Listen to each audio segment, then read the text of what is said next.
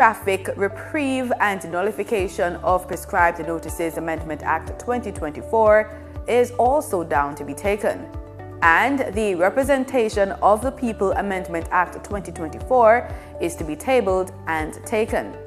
With this legislation, the government is seeking to extend the time for the calling of a by-election beyond the currently stipulated 90 days. And that's what's on the agenda. It should be noted that elements of the day's agenda can be changed or moved. But before we go, here are a few things you should bear in mind if you plan to attend a session at Gordon House. No visitor shall create any act of disorder within the precincts of the House. No visitor shall be admitted to the House without first obtaining an admission card. Visitors who remain within the precincts of the House during a suspension of the session are asked to keep silent. No photography, videography, or sketching of the proceedings is allowed unless so authorized by the presiding officer. And there should be no smoking inside the parliamentary building. Before we go, here are a few interesting things about Jamaica's constitution.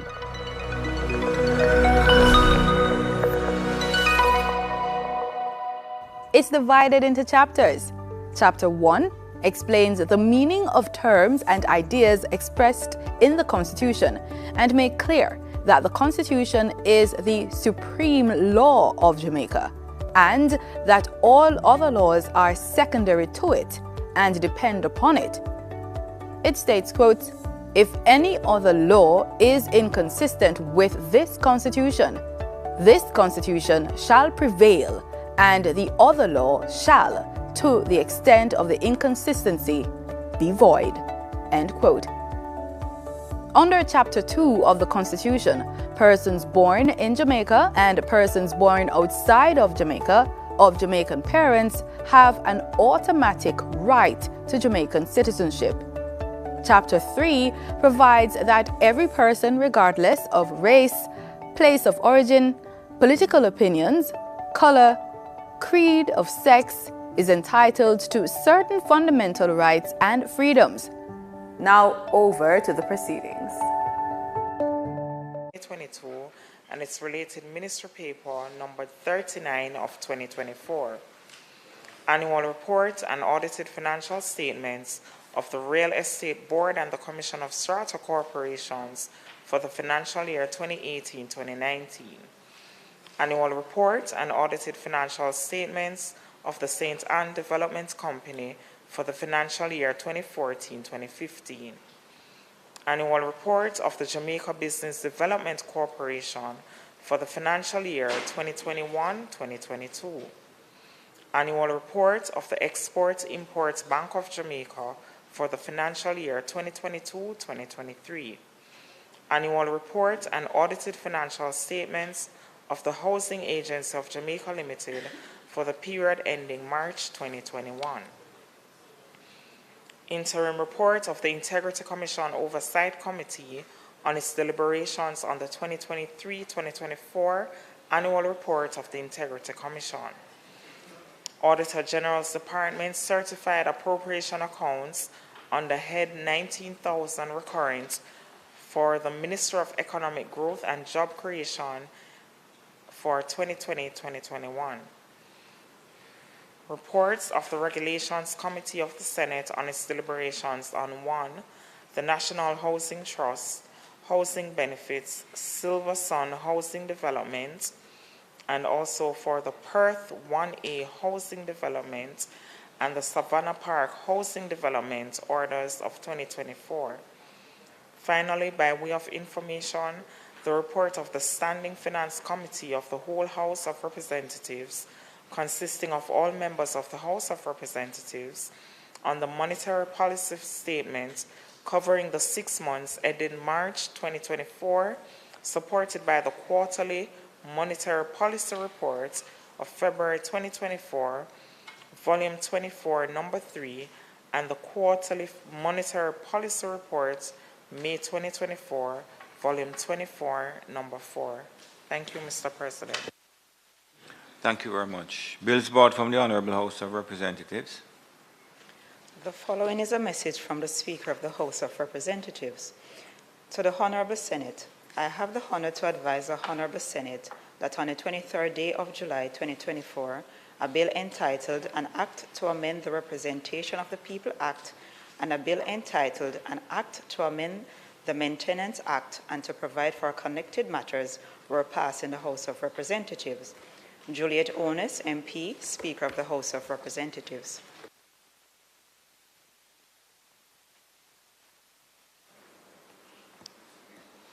Minister Dixon, I recognize you from a seat other than your own, I think. Thank you. Yeah. Thank you very much, Mr. President. And Mr. President, I signify my willingness to take charge of the bill, and that's the one entitled The Representation of the People Amendment Act 2024. Mr. Samuda, equally I recognize you from a seat other than your own. Thank you, President. Mr. President, I too signify my willingness to take charge of the bill noted as an act to amend the Maintenance Act and to provide for connected matters. A bill shortly entitled the Maintenance Amendment Act 2024 read a first time. And two, a bill shortly entitled the Representation of the People Amendment Act 2024 read a first time. Mr. President, I beg to give notice of second reading of the bill, and that's the one entitled the Representation of the People Amendment Act 2024. Mr. President, I too wish to give notice of a second reading of the bill entitled An Act to Amend the Maintenance Act and to provide for connected matters. Mr. President, I further beg to give notice that at a later stage today, I will move for the suspension of the standing orders to enable me to take the second reading of the bill and to take it through all its concluding stages. Thank you very much. Petitions, papers, reports from committees.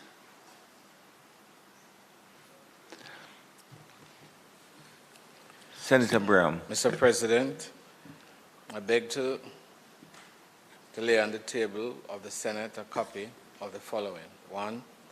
The report of the Regulations Committee of the Senate on its deliberations on the National Housing Trust, Housing Benefits, Silver Sun Housing Development Order 2024. 2. The report of the Regulations Committee of the Senate on its deliberation on the National Housing Trust, Housing Benefit, Special Selection, Perth 1A Housing Development Order 2024. And 3, the report of the Regulations Committee of the Senate on its deliberations on the National Housing Trust, Housing Benefits, Special Selection, Savannah Park Housing Development Order 2024.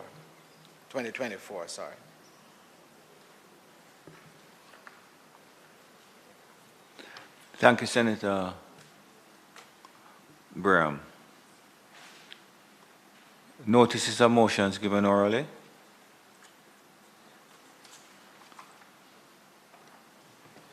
Mr.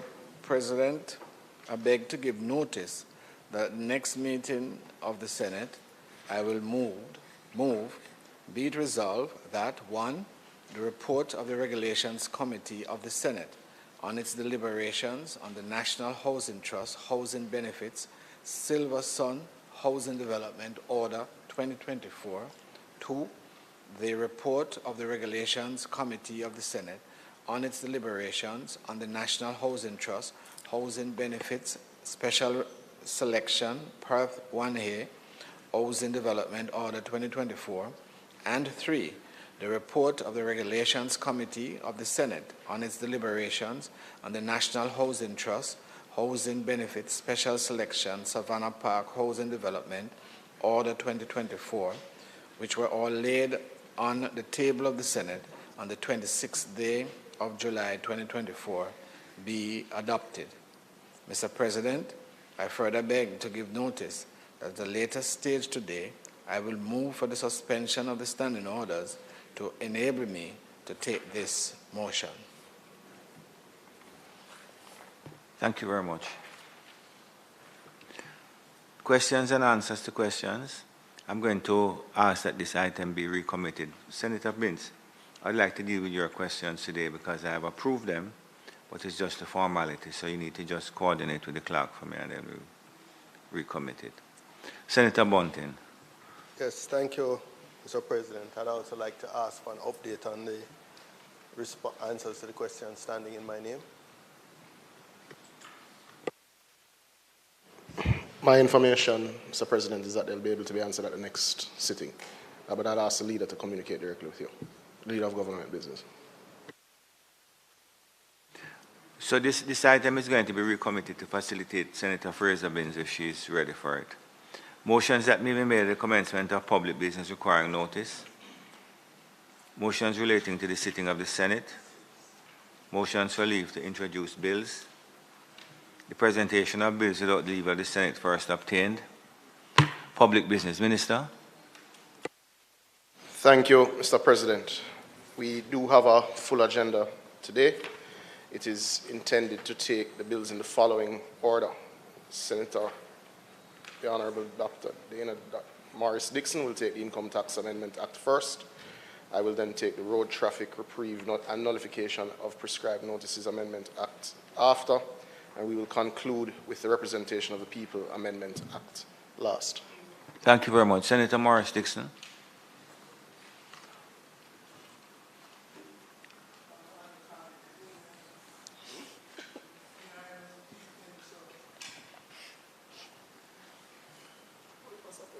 Well, of course, you'll come to my rescue, right? Or you'll jump in with me.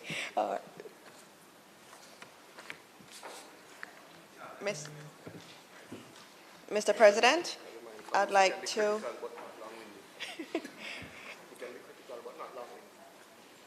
Mr. President, I would like to remind this Honourable Senate that in Minister Clark's 2023 budget presentation, as part of the revenue measures for financial year 2023-2024, he signalled his intention to implement a regime to provide an income tax credit to individuals who acquire and install a solar photovoltaic system at their primary place of residence. Being tabled in the Senate today is a bill entitled the Income Tax Amendment Act 2024, which seeks to achieve this by setting out the appropriate legal framework that will allow individuals to benefit from this income tax credit. In other words, the Income Tax Amendment Act 2024 is formalizing an important component of the government's green policy. Mr. President, this measure forms part of a much broader goal of reducing our dependence on fossil fuels and substantially increasing the share of renewable energy in our local energy mix. Mr. President, it is no secret that Jamaica has set a target to achieve 50% use of renewable energy in the electricity generation sector by 2030. The utilization of appropriately targeted fiscal measures is therefore critical to achieving this result. This is also a matter of economic resilience. The typical economic shock often has its origin in fossil fuels and a conflict that is unrelated to us in some far corner of the globe. Mr. President, this Honourable Senate will recall that in the budget presentations earlier this year, as part of the revenue measures for financial year 2024-2025, Minister Clark indicated that the government will be reducing the corporate income tax rate for independent power producers producing 75% or more of their energy from renewable sources, from 33.33% to 25%. That's a significant reduction in corporate income tax to those individuals.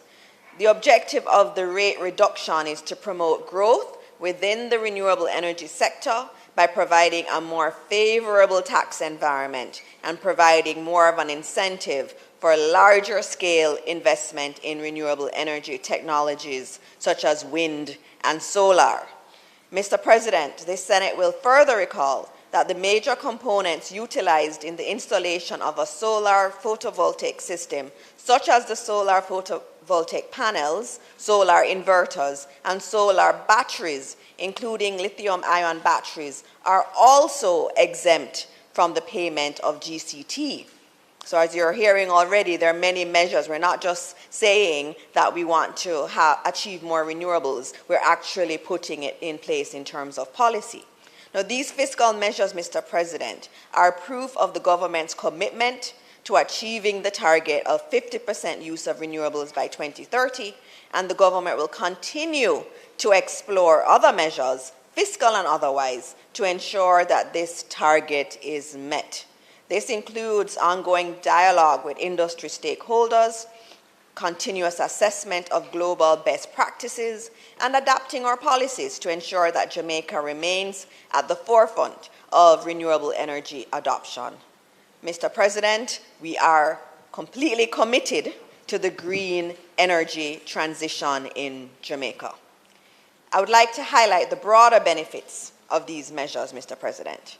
The adoption of solar photovoltaic systems at residential levels will lead to substantial savings on electricity bills for citizens.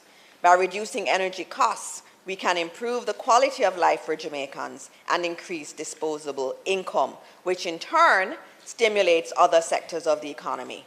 This can lead to the establishment, importantly, of new industries, providing high-quality jobs and enhancing our technical capabilities. And I'm very, very happy to note, Mr. President, that Heart NSTA Trust already has a program in this area. Any young man or young woman from anywhere in Jamaica can go in and sign up for the Solar Energy Systems Installation course at Heart. So not only is the government clearing the way for Jamaicans to purchase these systems, but we're also ensuring that skilled labor is present to install and maintain them. This, Mr. President, is government thinking and executing policy strategically. This is government done right. We're committed to ensuring that the benefits of renewable energy are accessible to all Jamaicans. This includes working on initiatives like this one to support low-income and middle-income households in acquiring and installing solar systems, ensuring that the transition to renewable energy is inclusive and equitable. Now, I'm going to move on, Mr. President, to an overview of the bill. And here it is. And I'll go through each of the areas a little bit more, but before I get there, Mr. President, the bill being tabled today sets out criteria that will enable individuals who have installed a solar photovoltaic system at their primary residence to benefit from the income tax credit. The bill makes provisions for, among other things, an income tax credit at the rate of 30% of the acquisition and installation cost of the solar photovoltaic system for the taxpayer's primary residence, up to a maximum cost of $4 million. So what we're saying here is that the maximum credit an individual will be allowed to claim is $1.2 million. That's a big deal. What the government is saying is that you will get a tax credit of 30% of the acquisition costs. So if it's $1 million, if it's $2 million, all the way up to $4 million, whatever the amount is, you get a 30%. You get a tax credit that is the equivalent of 30% of what you have paid. This measure also shall apply to solar photovoltaic systems acquired and installed on or after the 1st of January 2023. That is year of assessment 2023. So if you already put it in last year, you will still be entitled to the tax credit. So anything installed from January 1, 2023 is entitled to this tax credit. The value of the income tax credit will be applied to the acquisition and installation price of the solar photovoltaic system and would be claimable in the year the system is installed. The income tax credit would be used by the taxpayer to offset their total income tax liability equal to the total value of the credit received. The credit would be non-refundable, that is, if the total value of the credit exceeds the taxpayer's total liability, the taxpayer would not receive a cash refund. A carry-forward provision is, however, included to allow the individual to apply the unused portion of the credit to future tax years. If you don't use all of it in that year, you can carry it forward. The amount of credit applied will be restricted to a maximum of 50% of income tax payable by the taxpayer in the assessed year, with the remaining amount being carried forward and applied to the future tax year. In order to claim the credit, the taxpayer will have to provide proof, which would include invoices and independent verification, that the solar system is installed and is generating electricity. Finally, Mr. President, the bill seeks to amend the income tax prescribed forms, Order 2015, to prescribe new taxpayer return forms to facilitate the tax credit in the relevant forms. And when we look at the bill, it's really a very short bill. Most of what is behind are really the prescribed forms. So it is not a very heavy bill, but it is still a very momentous bill. And Mr. President, if you may allow me, I can go clause by clause, and of course clause 1 is the short title, and clause 2, section aims to insert a new 25F, which outlines the legislative framework for the solar photovoltaic tax credit system into the Income Tax Act under section 25E. It also, in terms of clause 2, it also looks at the provision, this provision indicates the relevant tax year in which the credit will come into force. This clause introduces the solar photovoltaic system tax credit, and this clause also outlines that the credit shall be calculated at 30% of the value of the solar photovoltaic system purchased, installed, and delivered up to a cap of $1.2 million. And $1.2 million is 30% of $4 million. $4 million is the ceiling that we would look at.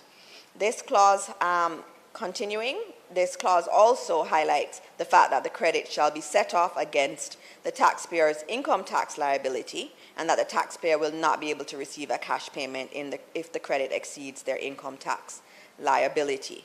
And it further goes on to talk through the criteria for the tax credit, and it also highlights the solar photovoltaic credit is available only to individuals, pensioners, and any other individual receiving income, and it excludes companies. So companies are not included in this amendment. It also notes that the credit is limited only to taxpayers' principal place of residence. So it's not for rental properties. So it is the principal place of residence. It further highlights that the credit shall not apply to solar photovoltaic systems bought to be installed on commercial properties owned by the taxpayer. And it further speaks through, as long as payments, invoices presented were made, any of the owners of the subject property, the credit will apply. So even if there are multiple owners, the credit can still apply. Further, this same clause limits the timeline of purchase, and we've already noted that it is from January 1, 2023 that this tax credit applies, and it comes into force for January 1, 2023. So don't worry, if you bought it last year, you still will qualify for the tax credit. Also, that same section highlights the fact that the taxpayer needs to have the electrical work carried out for the installation of the photovoltaic system certified by a licensed electrical inspector. And this is where we get accountability. We have to know that it is working. It has to be a system that's been installed and is working. The other clauses highlight that the taxpayer must be paid up on their property taxes for the subject residential property in order for the taxpayer to benefit from the credit. I'm actually looking through too to see if there are any other areas that would be important to highlight, and it is also that the taxpayer can only benefit from the first residential installation of a solar photovoltaic system. So if you do it another time, it will not qualify. And I think I can move on from here. I'm just looking if there's anything else that is worth highlighting that I have not mentioned before.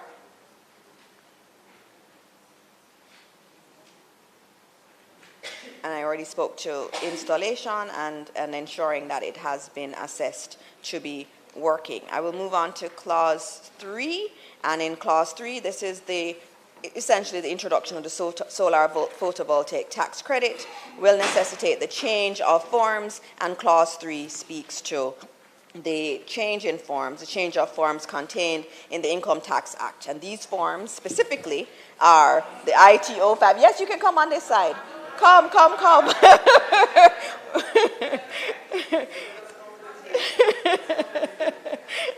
Change of forms contained in the Income Tax Act. These forms are IT05, SO4, and the SO4A. And I'm very glad to note that you are going to be joining our administration. It's very good to know that.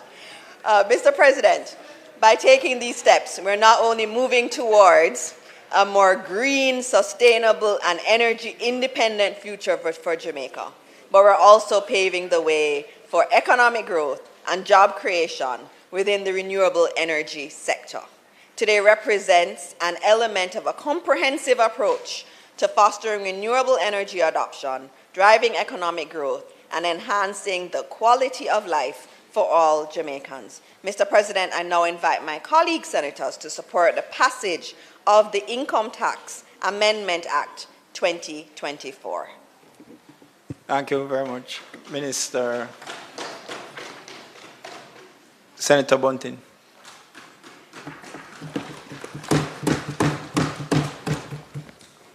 Thank you, Mr. President. No, I don't need a lecture. The opposition supports, in principle, incentives to individuals or companies to transition to a more climate-friendly source of electricity. This bill, in particular, when you read the Memorandum of Objects and Reasons, will create a material incentive, particularly to middle and upper income taxpayers. Of course, a tax credit will mean nothing to those who are at or below the tax threshold. And even to those earning marginally above the tax threshold, the administrative costs and the effort required by 25F1, the amended 25F1, which requires, for example, that the taxpayer is an employee or self-employed, the principal place of residence is not being used for any commercial purpose. There are so many people now who work from home, who run their little businesses from home, etc., that will be excluded by this section.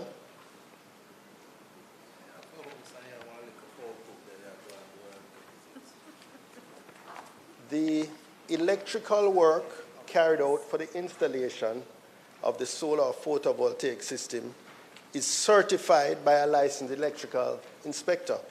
So after they make the effort to purchase the system, to pay for the installation of the system, there will be an additional cost to get a licensed electrical inspector to certify. There are so few of those.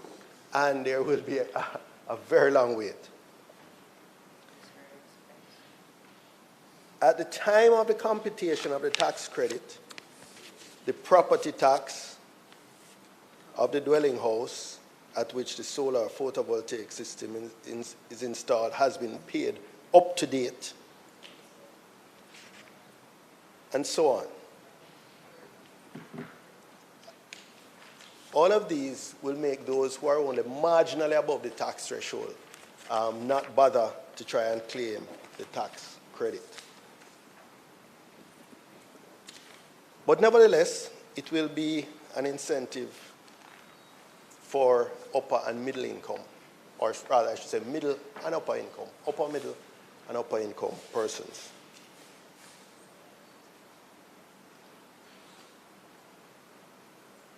What would have been ideal is an incentive system that perhaps would have incentivized suppliers and financiers to be able to finance smaller residential owners, lower income residential owners, to be able to afford solar.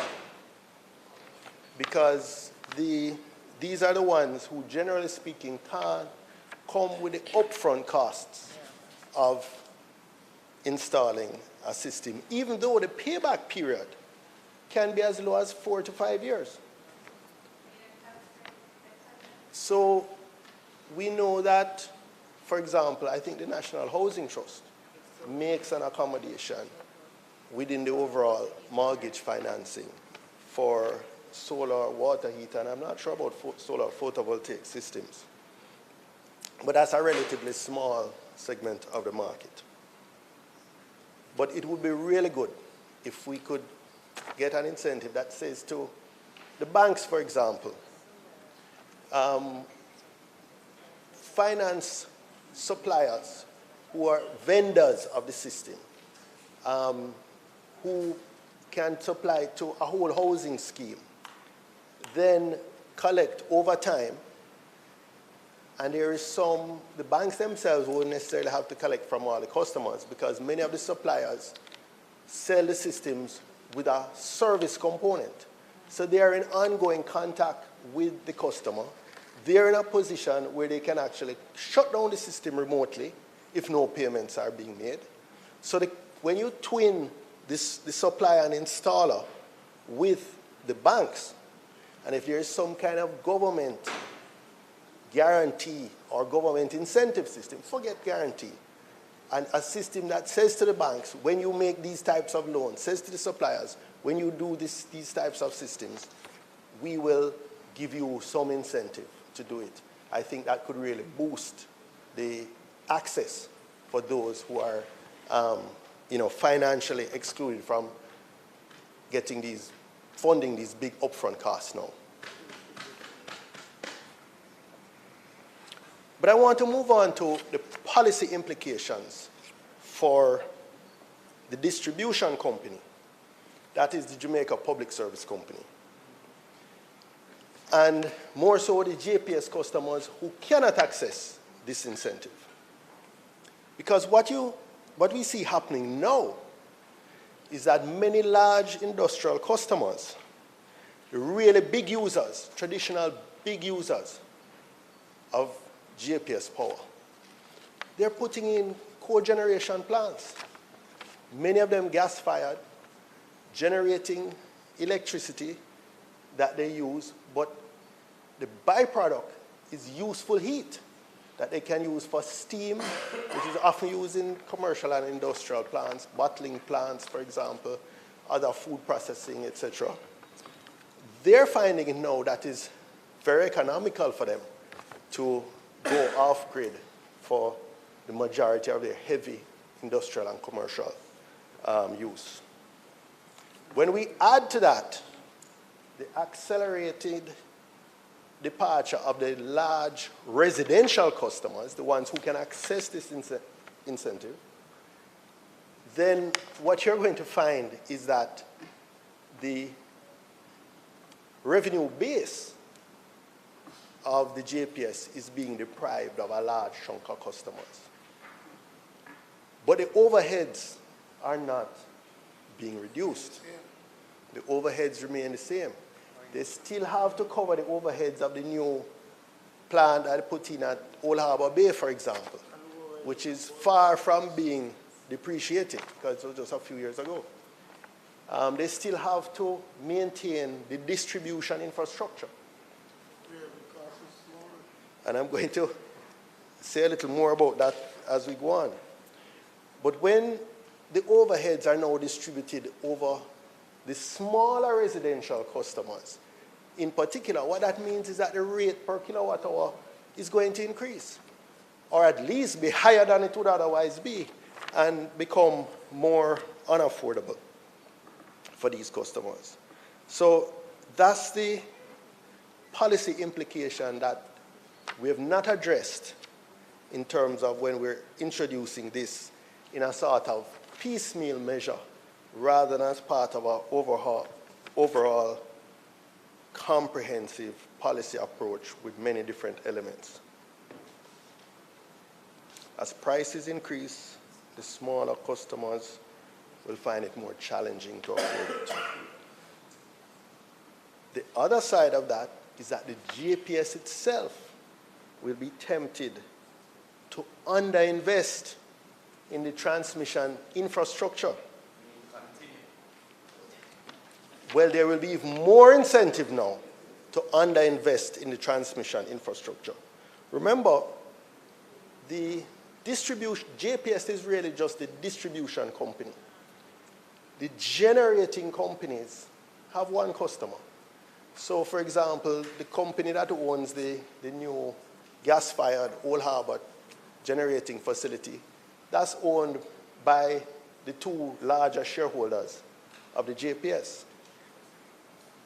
There are other private producers, private power producers, who sell to the JPS.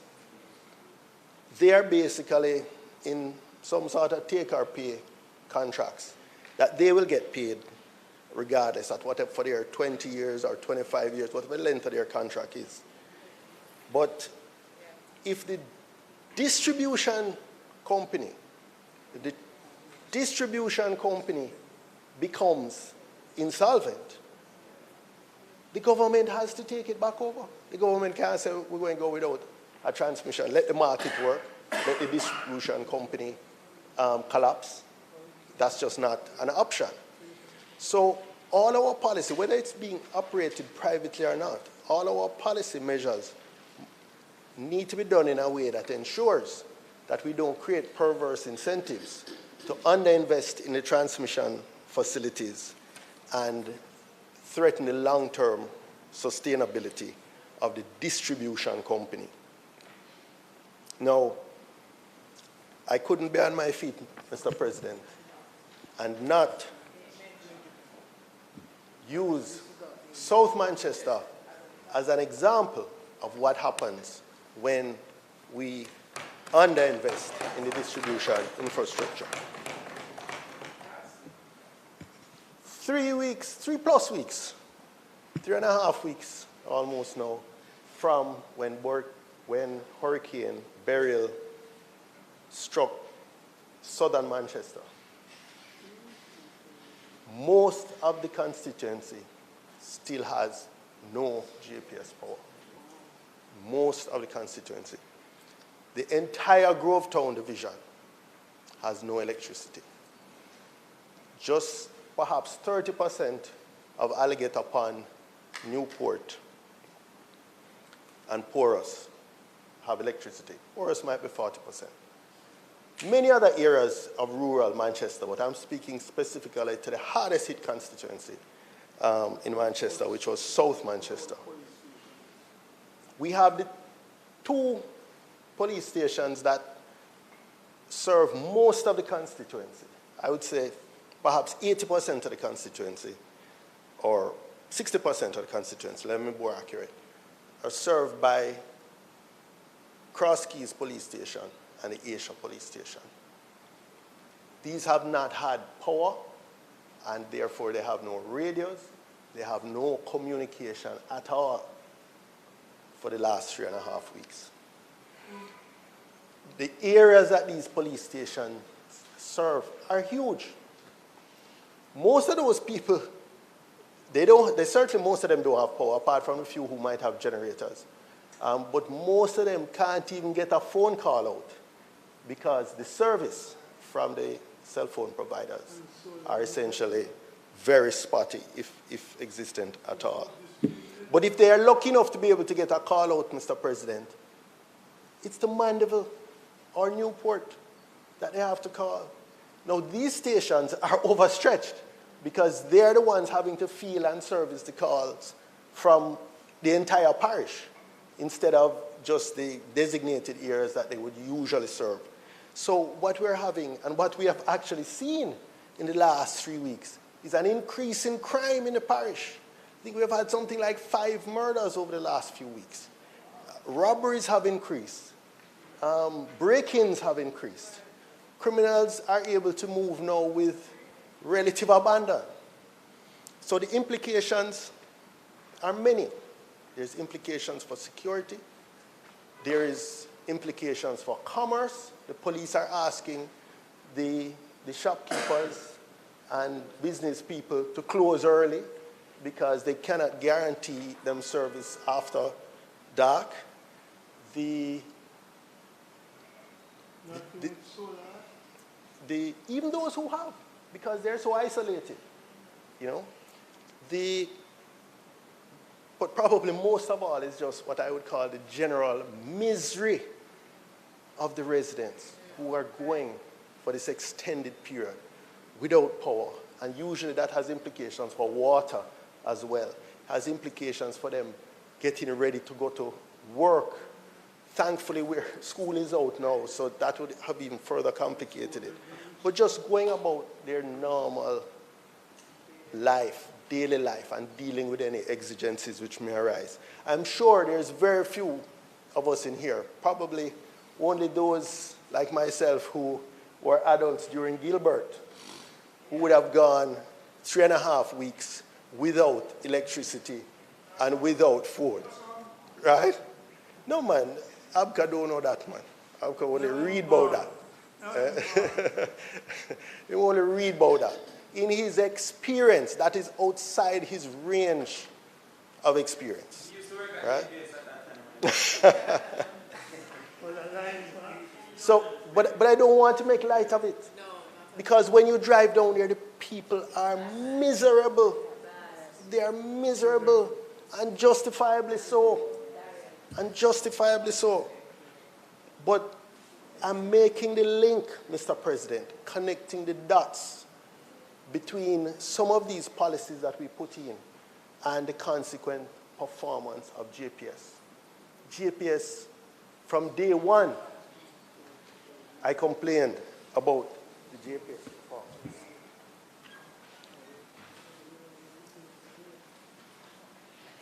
There seemed to be a reluctance for them to spend. After 24 hours after I spent the day driving around, it was a bright sunny day, the ground wasn't over-soaked, there was not a lot of rain accompanying the breeze.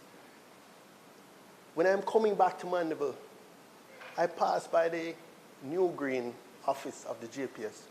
All the bucket trucks were parked, they hadn't been moved for the day. This is when poles are blocking the main road from Williamsfield to Pepper, the spur tree section in particular.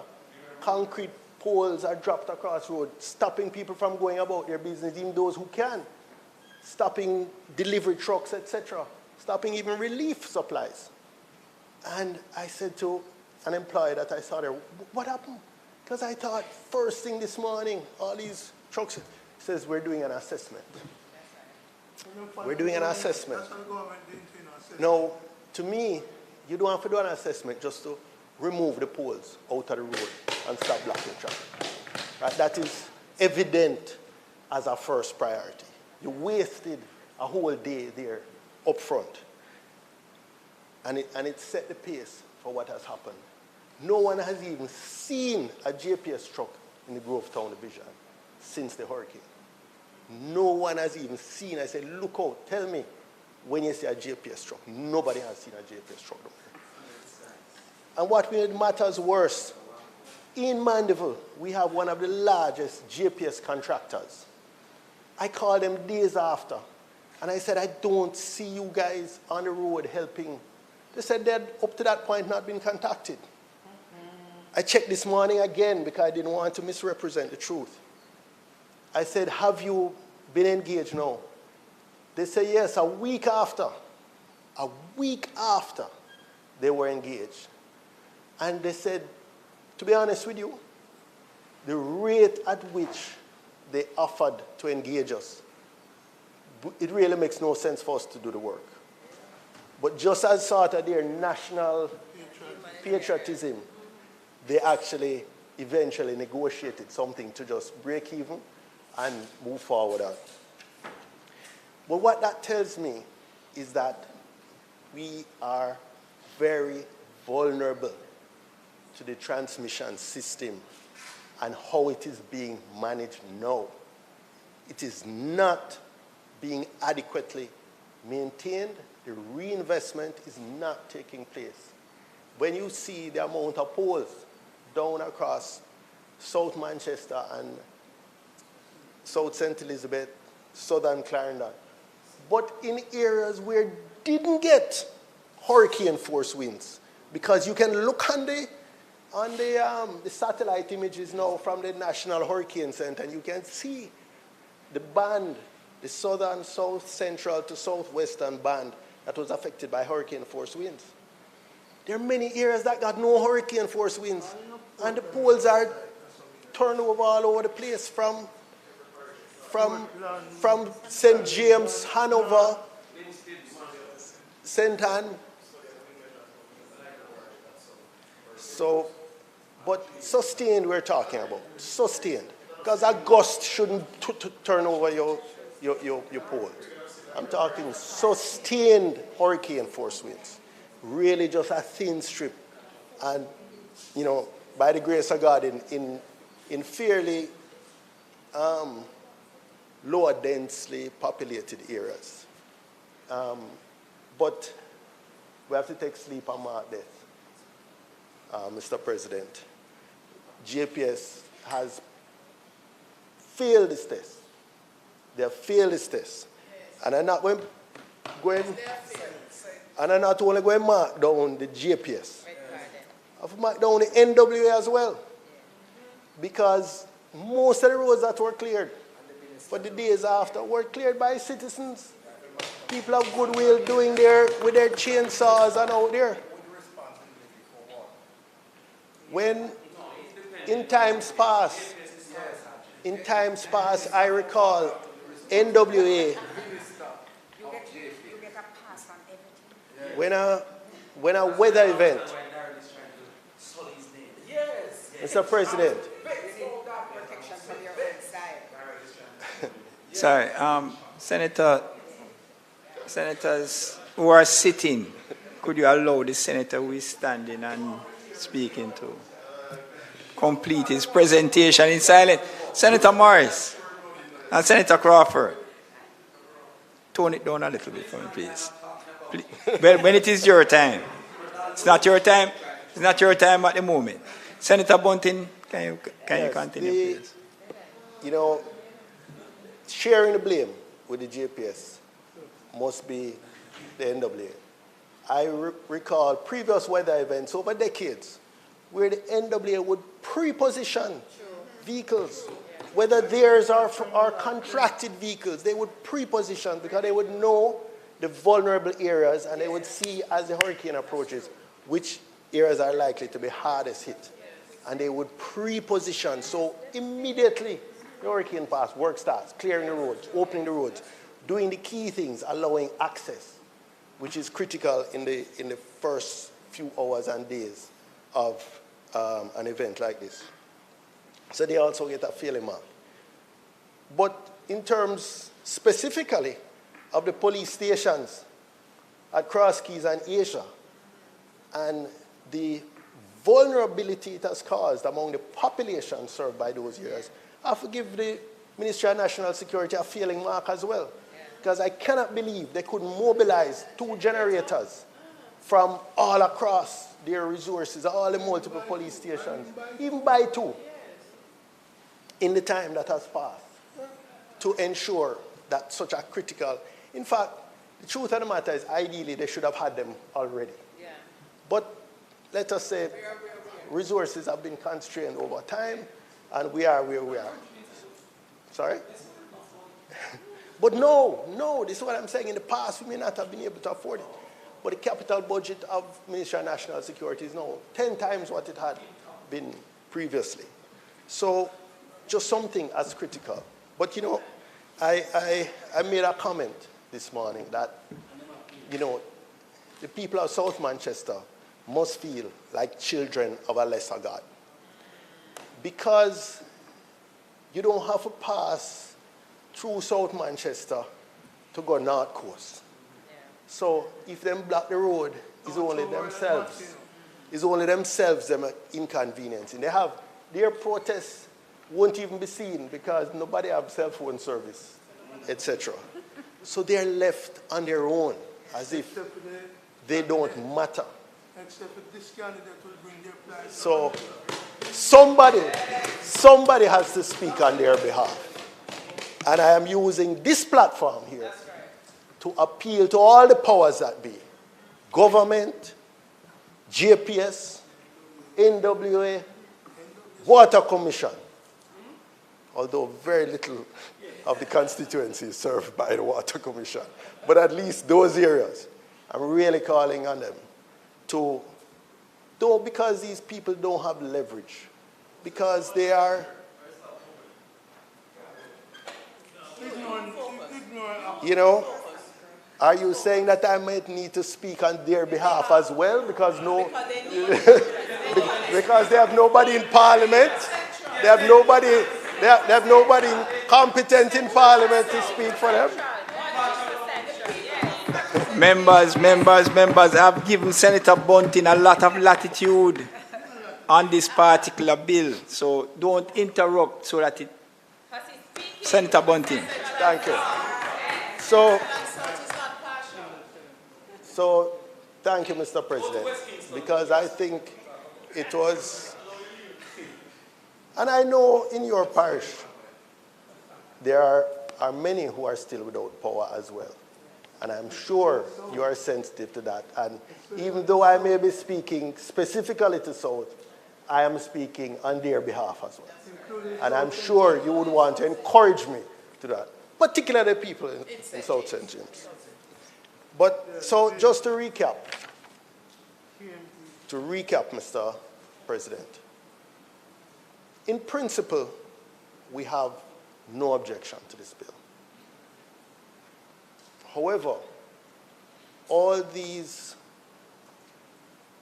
piecemeal measures or ad hoc measures would be better located within an updated, modern policy framework for providing energy, and in particular, electricity to the population of Jamaica.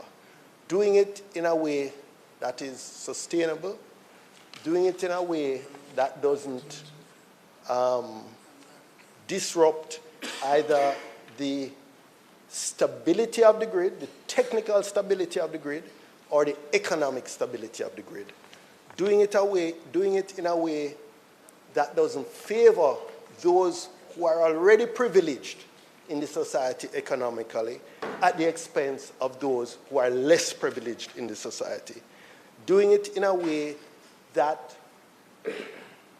democratizes capital and facilitates those who may not have the financing or the creditworthiness to take on the debt, but since it makes commercial sense, finding creative mechanisms to empower those. So when we get to the committee, I really want us to look at some of those prohibitions or conditions, let me say, in 4F, because there are one or two of them that I think would be, it would be in the interests of economic justice to change. The second point I made of the three, Mr. President, is that we have to look at what could be the early stages of a downward spiral for the distribution company. If we're going to keep removing, or not if we're doing it, but if the incentives, whether tax or just plain commercial incentives, cause the large industrial, commercial, and residential customers to come off the rate-paying base, then the overheads and all the costs of maintaining that distribution infrastructure are going to fall on those least able to afford it. You're not saying no solar. Not saying no solar, but I'm saying you have to look at all the measures. And finally, as I said, while we might be talking in terms of economic and commercial terms, the consequences of continuing on the path we are without adjustment will mean that next time it will not just be those children of a lesser God, those deep rural customers, those who have the least leverage on government, JPS, society. But it could be much more widespread. If that hurricane had come ashore in Kingston, it would have been, the consequences, it would have been catastrophic. So let us take sleep and mark death, and let us ensure that we start now. We may not be able to make all the changes for this hurricane season, but we start now to put in an appropriate policy for the future and for sustainability and for economic justice. Thank you. Thank you, Senator Bunting. Senator Gill. Thank you, President.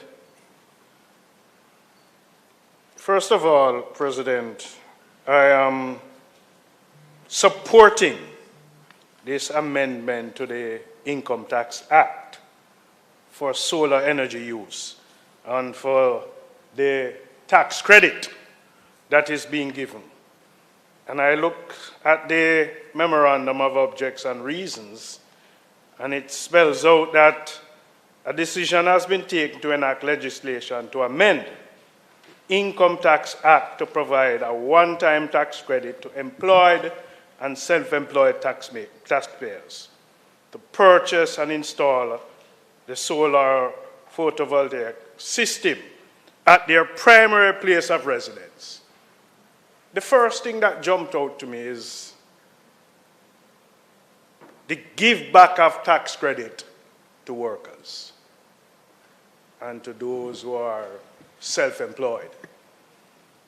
And this has been somewhat of a consistent approach by this government to give back to the working class. And that is commendable, Mr. President.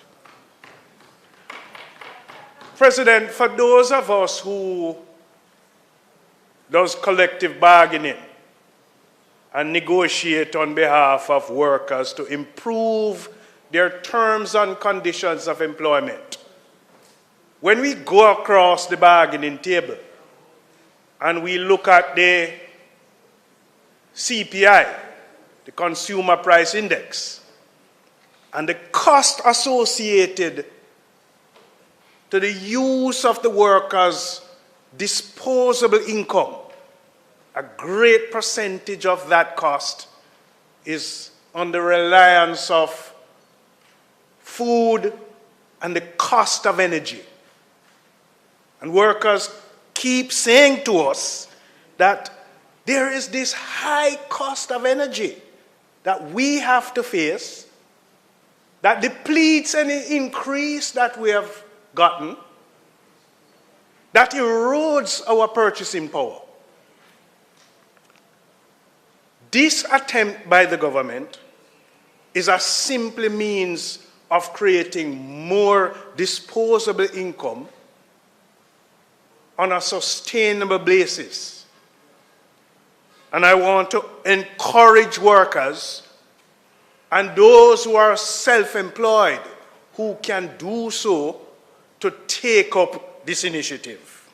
Mr. President, it provides an immediate reduction in electricity bills. It provides long-term savings on energy costs. And in the final analysis, it is going to even increase your property value. These are factors that might not be taken into consideration, but in the long run, it's an important one-time tax credit that reduces the upfront cost. It also, President, provides, in my mind, an easier financial planning for households. So you have this solar energy use in place. And over the period of time, you can plan how you treat with your own revenue and your own expenditure. Evidently, it is going to reduce your reliance on the national grid. Senator Bunting spoke about creating that balance for those who may remove themselves from the national grid and the dependency in the costs from JPS. And a little later in my presentation, I'm going to speak about that. But it also protects the workers from this continuous rise in electricity rates. This dependency that a great percentage of your income goes in energy cost.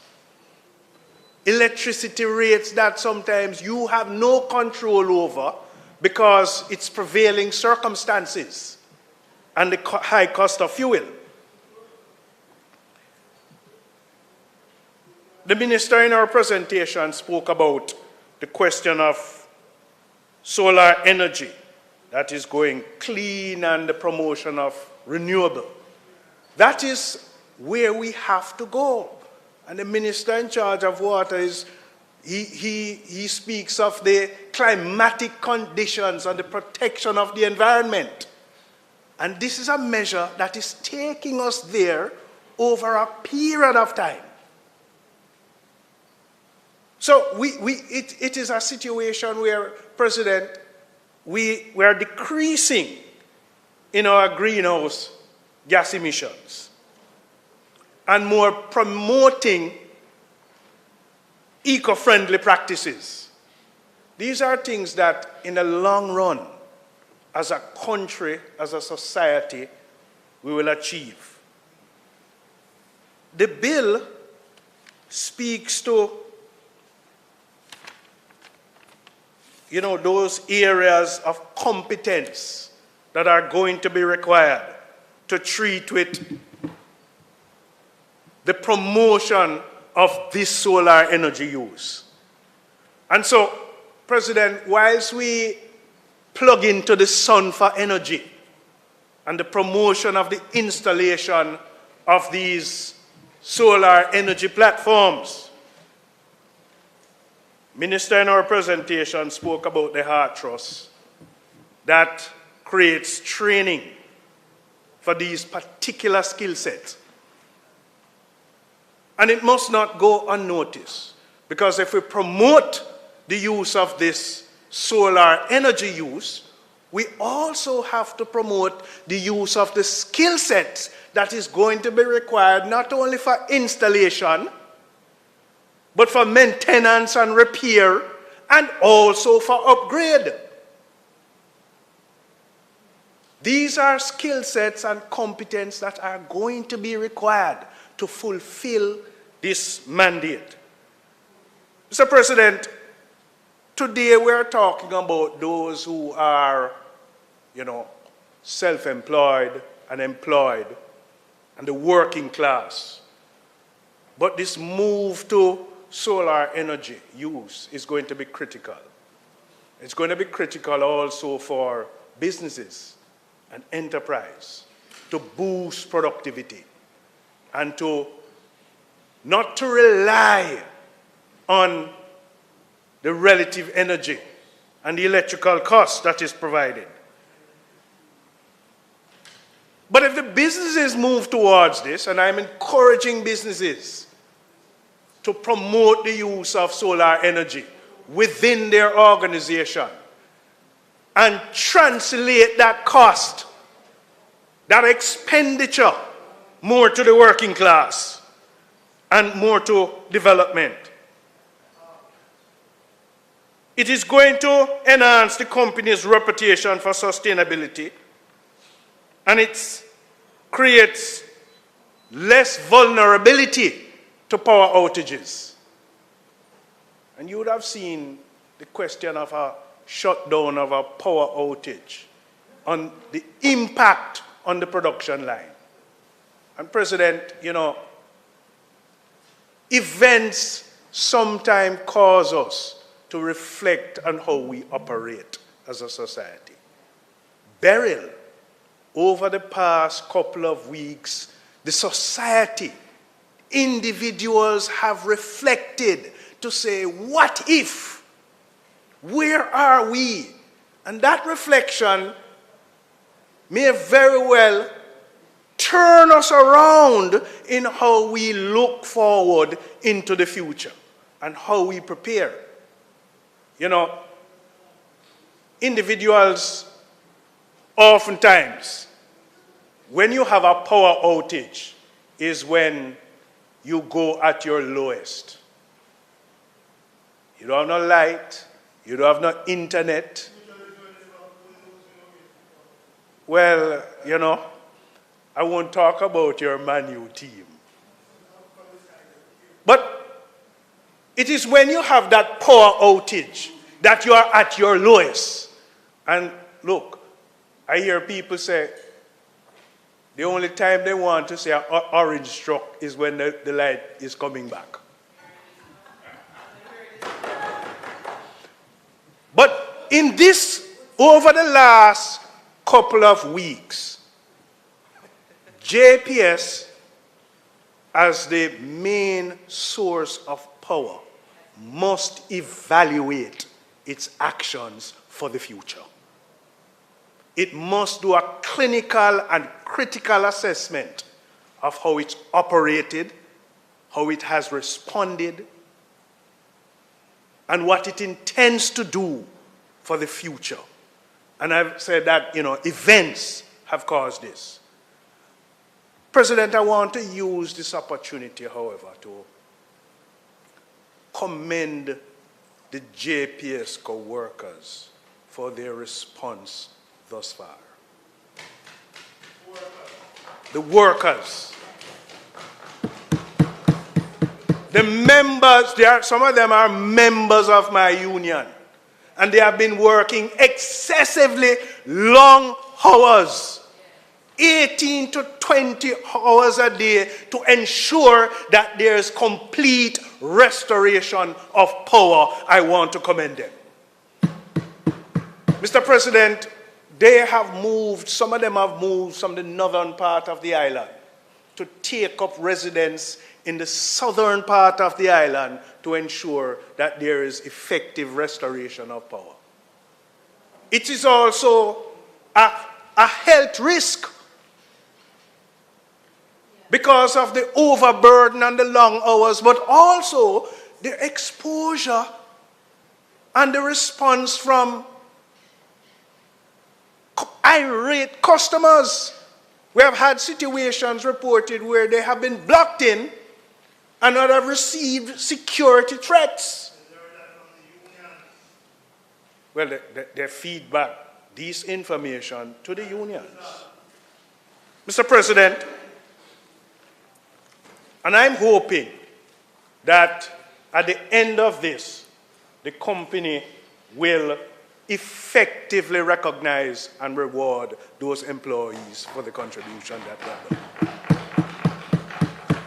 But we have to reflect on where we are today, the impacts on the effects of this particular event and to know how we treat with our actions in the future, both as householders in preparing for the hurricane,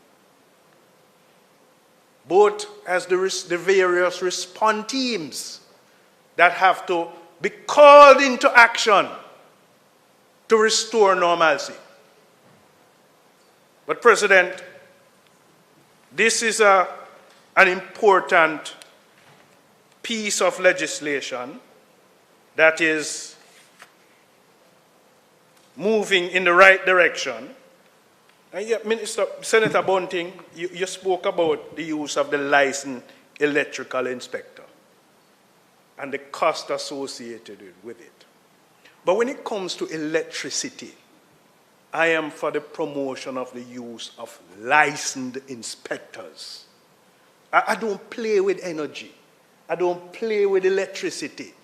If you find somebody that is not licensed, that does not have that level of certification, you run the risk of not only causing critical damage, but the loss of use to fire.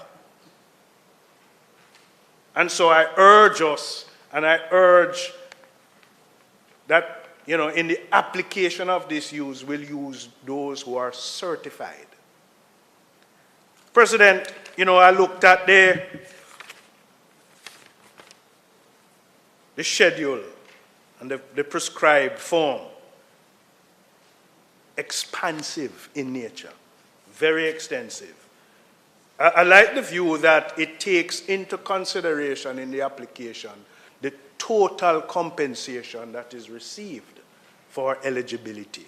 Because in some instances, an application of this nature normally takes into consideration your base pay. But it takes into consideration additional revenue. What I want to urge, though, is that, we are promoting this piece of amendment that provides support and tax credit. But I don't like when we pass legislations and pass amendments to legislation, but we don't enlighten the populace about it. We don't create the awareness. We don't advise onto the steps that are required to complete the application so that they can benefit. And we also have to ensure, Mr. President, I want to make an appeal that it has to be the most efficient approach to reach the beneficiaries. It can't be that we are promoting this. We create this appetite of expectation. People fill out the form, and there's this bureaucratic process that is applied. This is one of them that requires, once you promote it, it requires a quick return on the investment. And so I'm supporting the objectives and the intent of this critical amendment. I look forward to the promotion of more enhanced mechanisms in these scenarios. But I accept the intent. May it please you, Mr. President. Thank you, Senator Gale. Senator Fraser-Binns.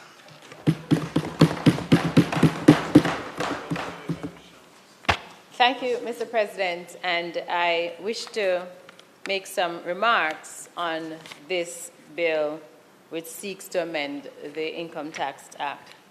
As our leader mentioned earlier, in principle, we are in agreement with this because, and as Senator Morris Dixon and Cavan Gale had said earlier, every effort must be made to ensure that we create sustainable societies.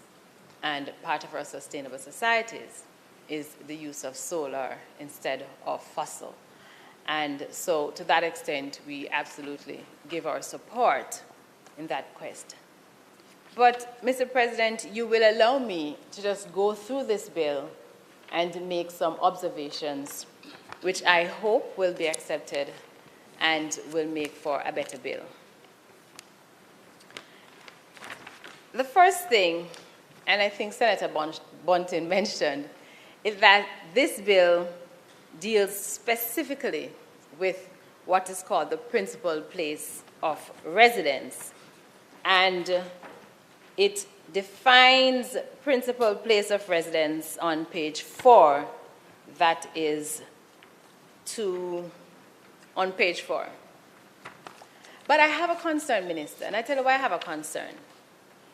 Whereas I understand that you have to start somewhere, the fact is that if the objective is to create a more eco-friendly society, and if the benefit is a tax credit, then I believe that this ought to be open to businesses as well, particularly small businesses, which are the engine of our society. There are many small businesses which employ 5 or less, well, those are not small, they're micro businesses, which employ 5 or less persons. But their overhead expenses, particularly their energy bill, is such a deterrent that even if they want to increase salaries, they simply can't. Because if you don't have light, then you won't have your business. I, for example, operate a micro business. And I can tell you that my light bill, and my office is open from 8 to 5, Mondays to Friday. And my light bill is sometimes discouraging. My electricity bill is more than my telephone bill. Sometimes my electricity bill is more than I pay my lowest paid staff. And so, Minister, I would love for us to consider opening this initiative to small and micro businesses. And it's something that I think we ought to consider. And not just the principal place of residence. But I get it. And then we look at principal place of residence. I have another concern.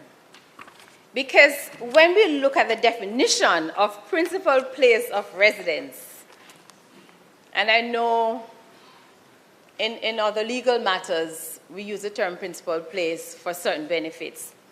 But for this purpose here, it says, principal place of residence means the dwelling house in which the owner primarily resides and excludes a dwelling house that is primarily unoccupied, occupied by a tenant to the exclusion of the owner, or occupied by any other person in the absence of an owner. I have a problem, and particularly with C, that says occupied by any other person in the absence of the owner. And I say this because we have situations where persons may live somewhere else, but they pay the property tax for that place, they pay the utilities for that place, and their children or their parents who are unable to provide for themselves and who are dependent solely on them live in that place. I can't understand why, Minister, those persons could not benefit as well. Yeah. So I am asking, therefore, that we take a second look at the phrase principal place of residence to include these situations, which happens a lot in Jamaica. I know there are families who actually, you know, the mother may live overseas and the children live at home with a caretaker or grandparent, but the mother whose name is on the title does not live there. Is it that she would not be able to benefit?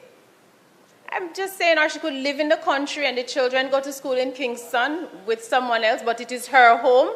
Can she not benefit? I want us to be a little bit more open and practical and in tune with our Jamaican reality, Minister. And I ask you to give some consideration to that. And while looking at the grouping of persons who can benefit, within the National Housing Trust, there is a program that allows for loan for solar panels as well.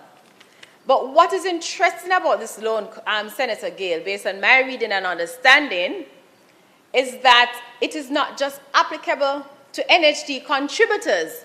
It is also applicable to institutions, to businesses, and on their website, they outlined the different businesses or the requirements for commercial entities to benefit from this loan. I don't know if it is far-fetched for us to just look and see what NHD does and see how we can learn, we can adapt, and just widen the pool, because at the end of the day, all Jamaicans are going to benefit. Minister, the other point I want to raise is at Clause 2, subsection 2, that's 25F2.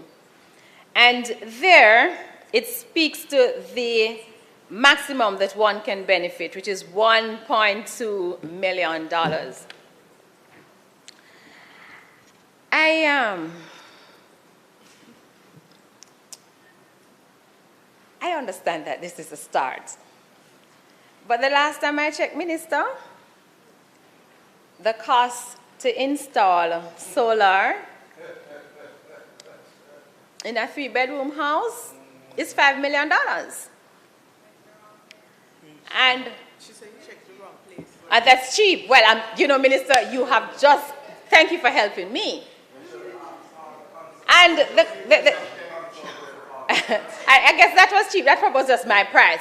But the point I'm making is, in a situation, Minister, where you have two owners, in a situation where you have two owners or three owners, and all of them are paying their taxes, is it that each person can benefit up to 1.2, or is it that only 1.2 can be given to the unit?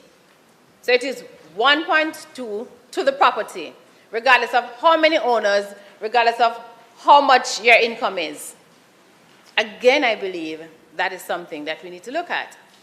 But I think what we also need to look at is, should we pin it solely to PAYE workers? You know, Senator Gale says that this is going to protect the workers. And I agree that it will protect the workers to some extent. But when you have a workforce of over 1 million people and only 70,000 fall above the threshold, meaning that only 70,000 of the 1 million pay PAYE, then the truth, Senator Gale, is that we're not going far enough to benefit our workers. Because you're going to have situations where the farmers in Manchester or the farmers in St. Elizabeth or South St. James who are working but perhaps not paying their taxes, or Northwest St. Anne, yes. And they are working, they're employed, they're self-employed, but they may either A, do not pay income tax, or 2, do not fall above the threshold. They can't benefit.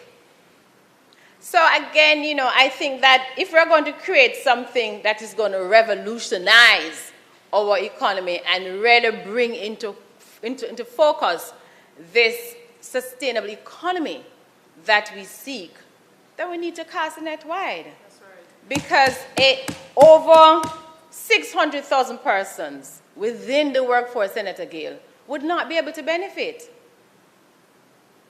So I'm also recommending that this is, even though they pay GCT, and some of them actually will pay NHG, will pay NIS, but they just fall below the income tax threshold, and they simply can't benefit. No fault of theirs. And they'll pay their education tax. So I believe this is something that we can look at. Again, Minister, I want to find out if persons who benefit under the NHT scheme, the NHT loan scheme, whether they can also benefit under this. I'm not sure. It wasn't borne out in your presentation. Perhaps it wasn't considered. I'm not sure. But just for clarification, I do not see why they ought not to. But I'd love to have some clarification as to whether or not they can. On page 3, we're continuing on at clause 2, subsection 4, page 3. It speaks to the requirement for electrical work to be carried out for the installation of the solar system. And first I want a clarification. Is it that the applicant must have installation work carried out contemporaneously, or is it that the applicant is only required to present a certificate from a certified licensed electrical inspector? And the third question is whether the cost for A, installation, which I gather from my investigation can go up to $3 million, or certification, the certificate, which on average is about $200,000, whether that cost is covered in the list of expenses that will be credited. Shall I repeat that question for you? You got it? Okay. So I'd really love to have some clarification on that. And if it is not included, may I suggest, Minister, that this, in fact, all costs associated with meeting the requirements for the credit, that those costs are calculated and the benefit is applied to all costs, not just the actual cost to purchase and install the solar system. Then at G, Minister, and I have a little problem with G, because at G it says that at the time of computation of the tax credit, the property tax in respect of the dwelling house at which the solar system is installed has been paid up to date. Minister, I support and I encourage all Jamaicans to pay taxes. But you and I know that the Jamaica that we live in is not black and white. You and I know that one of the things that define us is generational land, is family land. And you have situations where a person's name may be on a title, or persons may be able to own property through a common law title, but they do not own the entire property, and the property tax, which covers the larger tract of land, is not payable solely by those persons. So for example, let me break it down. I'm living on a 1-acre piece of land, and on the 1-acre parcel of land, I have my house, Senator Morris has her house, and we may have 4 or 5 other family members living on the 1 acre. But the responsibility to pay the property tax is all of ours. And every month I will give my contribution towards the property tax. But for one reason or another, it's never paid in full because some persons simply do not pay.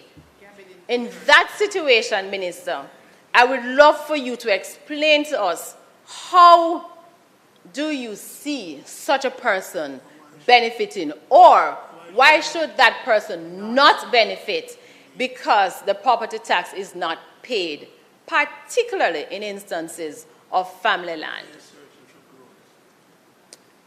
Because if this is going to be a deterrent, then I'm going to suggest, Minister, that we go back to the drawing board. There are several ways in which we can treat with it. We can bill it into the tax credits. We can deduct it at the end. You know, there are several ways. But the non-payment of property tax should not be a benefit to this greater good that can impact the country.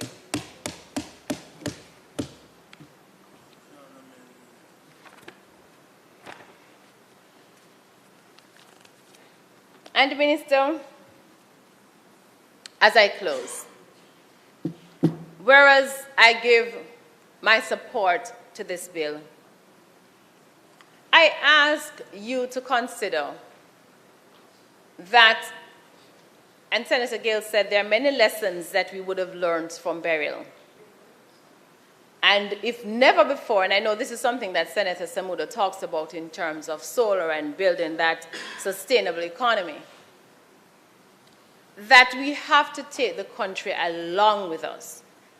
And in taking the country along with us, our policies and our legislations have to be reflective of our reality. And in that regard, this piece of legislation is not reflective of the true reality. It is not reflective of the housekeeper who doesn't pay income tax. It is not reflective of the domestic worker, the ancillary staff worker, who don't pay income tax because they fall below. Or, as Senator Brown said, the wholesale worker. And I said before, it does not reflect the reality of some of our farmers in our rural parishes. Therefore, I would ask that, if not today, that in very short order, that some consideration be made for persons who fall below the threshold to ensure that they too can benefit. And you know why it is important, Minister? I'll tell you why it's important. The truth is, people like you and I, we pay our income tax. But people like you and I can afford solar panel. People like you and I can afford to pay JPS. The people who really have the challenge in paying JPS and who really need the solar energy are the ones that this bill is not covering. And that is why it is important. So, Minister, I commend those for your consideration, if it pleases you, Mr. President. Thank you, Senator Fraser-Binns. Minister Samuda. Thank you, Mr. President.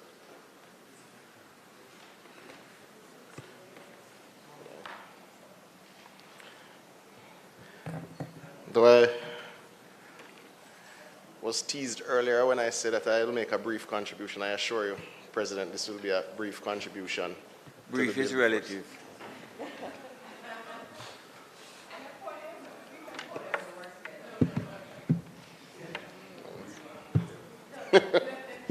Oh man, it will be short. It will be short.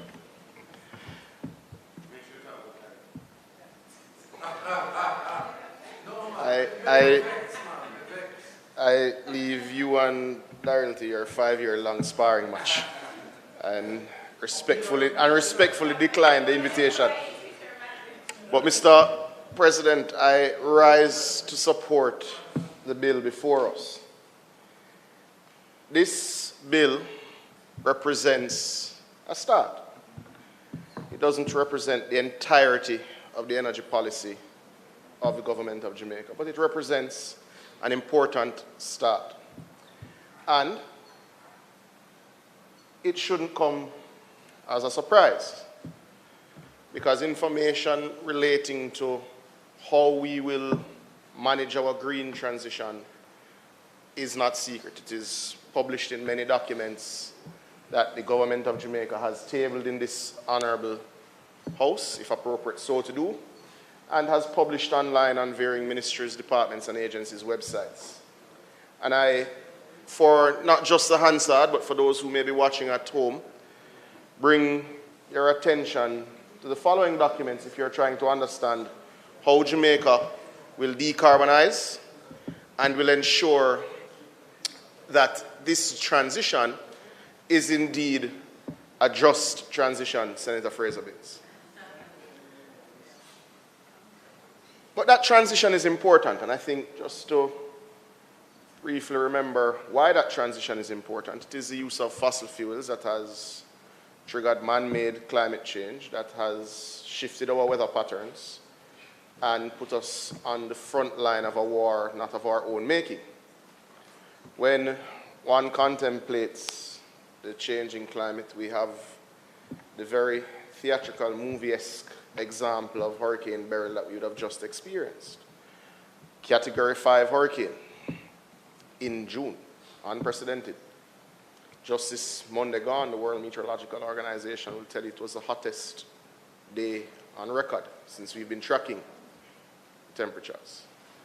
When one contemplates that you just had a hurricane, but we have water storage facilities not waiting on energy that are not full and overflowing because the very nature of some of our hurricanes, even with the pressure that you would have experienced, has changed. So you didn't have the sort of rain expected with it. So Mona Dam is not overflowing after a hurricane.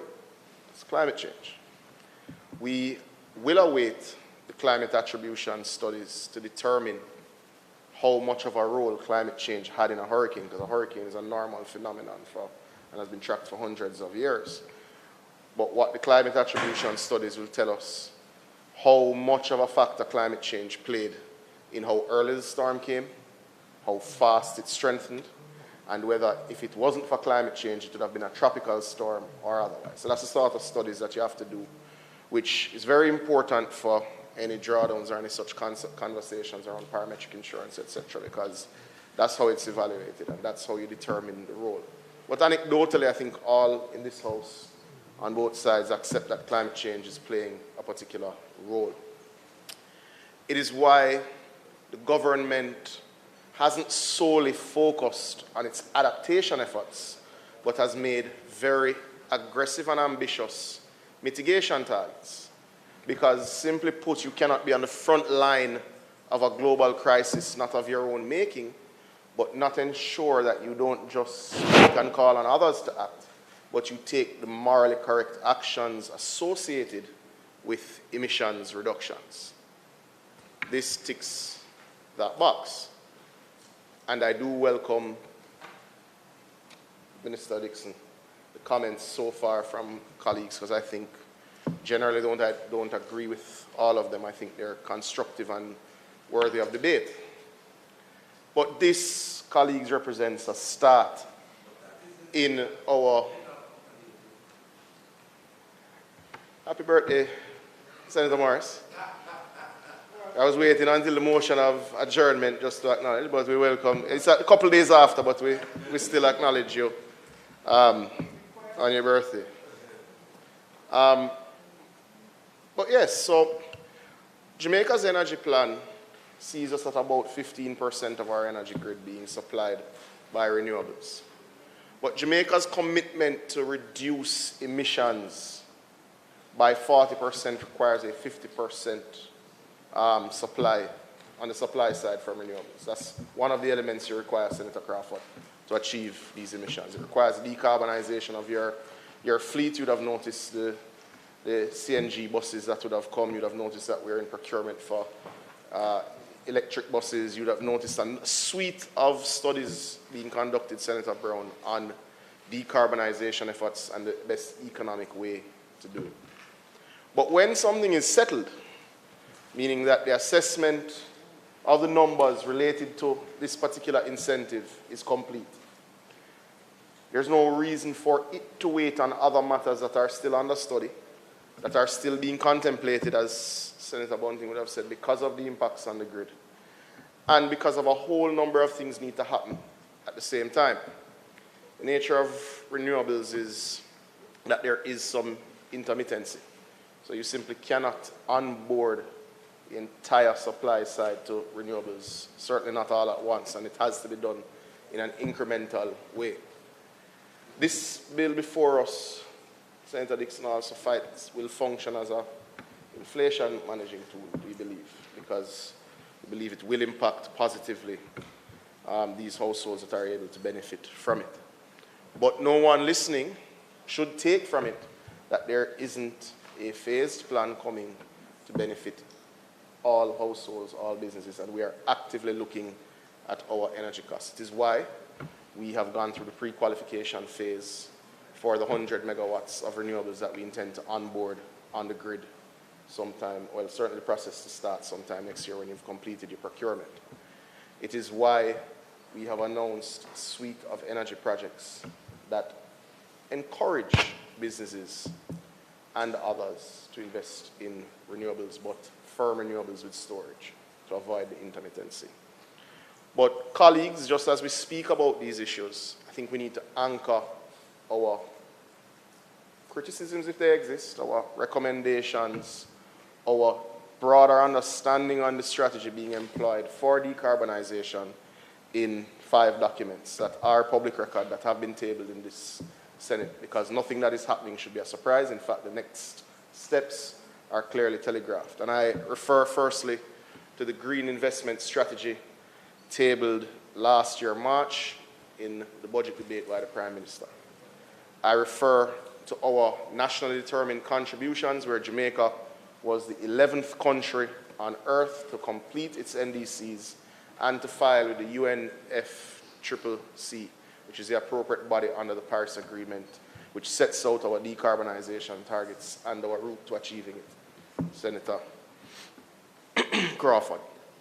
I also refer to the fact that we have opened for significant discussion and comment, and there is wide consultation on the updating of these NDCs, as well as the fact that we are openly consulting with academia, with the private sector, with civil society, on what's called our long-term strategy, which is something that all countries are called on to deal with, which has their mitigation and their adaptation targets, Senator Brown. So these targets are clearly defined, and one then knows to reduce the volume of carbon that you've committed to, when you will have to employ particular renewables, as well as when you have to change out particular parts of your fleet, as well as your land use contemplations, how much you're going to protect by when, so that there's suitable carbon capture. These targets are not secret, they're well known, so it tells you when things will have to happen in particular categories of consumption. The other two documents that I will refer to, President, would have been tabled last year as well, I believe in March, also during the budget debate. And these are brother and sister policies, the emissions policy and the climate change policy. These clearly, with significant collaboration between the Ministry of Finance and the Ministry of Science, Energy and Technology then, which has become Ministry of Science, Energy, Technology and Transport, have outlaid our targets and our approach to dealing with climate change. And it speaks very heavily to our just transition to renewables and to clean energy. So I invite colleagues to review those documents, because I think they anchor the strategy that we're employing and gives the public a view of what is being done and what is to come. The final document that colleagues should familiarize themselves with would be published on the IMF site, which is our Resilience Fund facility, the RSFF, which, as opposed to a bailout type document, has targets that you still have to meet. It's IMF test, yes, but you have resilience targets that you seek to meet within a particular time. So looking at those targets, also because the government has signed and bound us all to particular targets of resilience building, which also has significant decarbonization targets attached to it, that will tell you that it's certainly not a piecemeal space, but a conscious effort to do things in an orderly manner that doesn't compromise the grid, because there is real risk on the distribution side. That's impatient of debate. But you have to do things in a particular way, or that risk is exacerbated and can overcome you, which is why you do it in an orderly way. But if you look at the targets in the RSFF on the IMF website, I think that clearly outlines where we are, what is to come, and why particular procurements are underway, and why particular projects have to receive OUR licenses by this time, and that sort of thing. So that gives you a broader view, and certainly should convince all who review these documents that it's not piecemeal, but rather a structured plan that has many, many phases and many, many moving parts. The last thing I will say in closing, I don't disagree with the concerns and with the early impression given, or rather the early description of the JPS response, Senator Bunting. I think that's something that all of us as citizens would say you'd want to see a more robust response. There has been some significant pivoting, and I would acknowledge that there is much faster movement now. But certainly for me, who represents, or rather has oversight of the largest customer of JPS, I understand the frustration. What I would say to citizens, and use the opportunity to explain here, the two factors after a hurricane that usually affect your water supply are turbidity and energy. For the most part, in most of our systems, turbidity has indeed subsided. The energy side is the critical element that is missing from approximately 300 of our pumps, Senator Bunting, which serves about 10% of our customer base.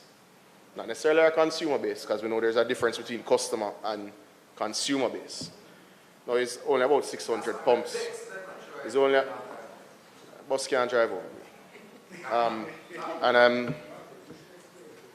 So oftentimes when we discuss customers, which is important because those who pay for services have to be listed, but we do know in Jamaica that we have an issue with non-revenue water, which is persons who access our systems illegally and get water. And that's the case with energy as well. So you'll have systems restored. So speaking to customers doesn't necessarily reflect consumers. Now,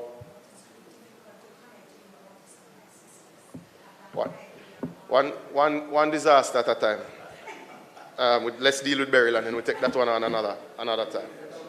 Yes. But just to make the point, we have 3 major systems which are still out. We've been assured that they will be complete with the work in 3 days, as at this morning with a meeting with JPS. That is the Roaring River system in St. Ann, the Dornoch system in Trelawney, and there is a system, I can't remember the name of it, in the hills of St. Elizabeth, which is a major system. The pump plan for restoration will be provided to us at close of business today, and we will share that with the public.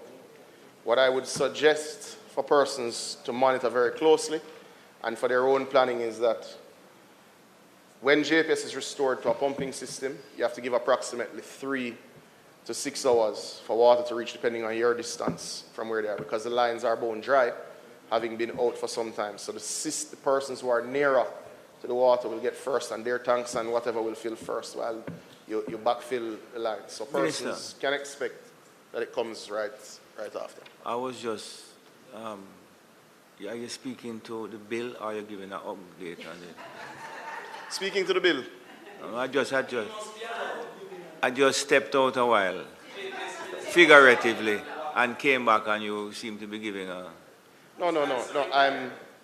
I'm about to anchor it in the bill. Okay. President. So this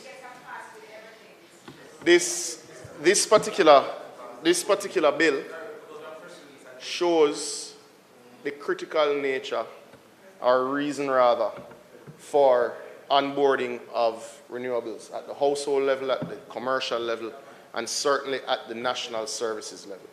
It is why NWC themselves are investing heavily in renewables in a number of our critical operations to make sure there is the redundancy and the storage capacity. It is why we encourage persons who qualify under the bill to take advantage of this so that they themselves at the household level become resilient to what will not be our last disruptive storm. With that, President, in speaking on the bill and congratulating the Minister for her management of this debate so far, I sit. Thank you, President. Not on my account, I hope. Thank you, Minister Samuda. Senator Dr. Professor Floyd, and happy birthday to you too. Thank you very much.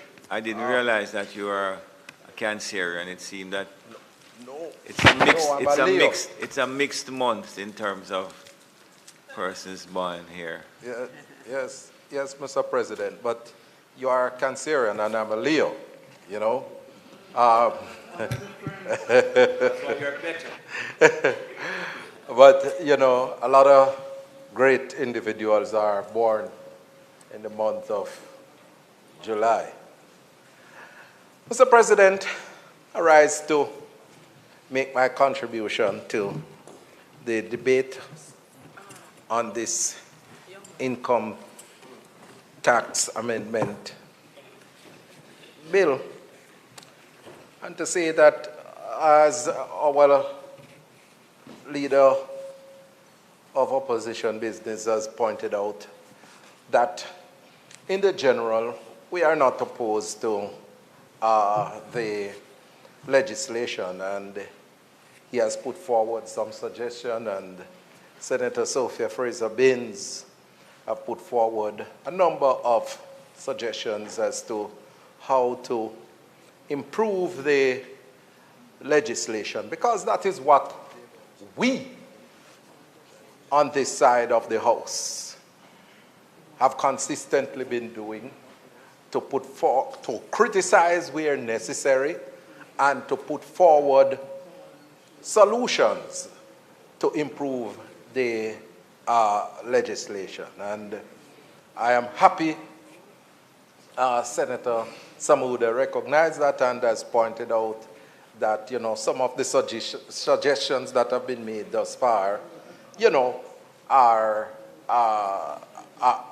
reasonable, and, I hope that the government will take them into consideration.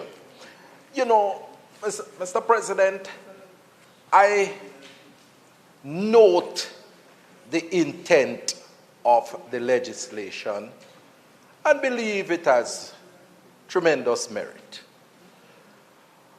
But as Senator Sophia Fraser-Binns have pointed out, the number of individuals who are likely to benefit from this piece of legislation based on its configuration. I don't know, Mr. President, upon reading the bill and seeing the requirements that have been stipulated for the employee or the self-employed person to provide to the Commission of Taxes, I don't know how many of those individuals are going to go forward. And especially, as Senator Fraser-Binns pointed out, the maximum take-up in terms of the cost. I don't know. I have my skepticism. I have my skepticisms there. But, I still recognize the intent of the bill. And with that said, Mr. President, I want to be very critical of the government in terms of what I have seen as its approach to its energy initiatives and its energy thrust. And for me, it is not consistent all around.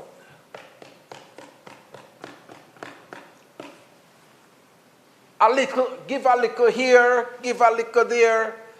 It's sort of what we would have called in Jamaica, what my granny would say, a hodgepodge approach to policy formulation. You choose not to use species. Yes. Hodgepodge. My grandmother. Notice I said my grandmother. My grandmother. Now, Mr. President, I say that because the truth is, one of the critical institutions that was established to assist in driving matters relating to energy solutions in our country was the Petroleum Corporation of Jamaica. And PCJ was involved with a number of initiatives that have contributed to the diversification of our energy portfolio, and no doubt have benefited Jamaicans all over. But I am very disgusted and horrified that the government, in its hubris approach, in I think it was 2020 or 21, closed PCJ without any consultation with the requisite stakeholders. Or I'm going to have to rein-check my comment about closing PCJ. But the workers of PCJ were sent home. And over $5 billion were taken away from that entity when its operation, well, I don't know if they are closed now, Senator Bond. Right. But $5 billion was taken away. So that means the entity, in the measure of a public sector entity, was viable because it was not in the red. They had $5 billion that was taken back from the Ministry of by the Ministry of Finance. And then I understand that they had assets amounting to over $20 billion. So the entity that was set up to assist with the diversification of our energy portfolio and was doing well at what they were doing, the entities, the workers were sent home. And that is why I want to ask the question to the ministers. What is the true status of the Petroleum Corporation of Jamaica? Is it closed?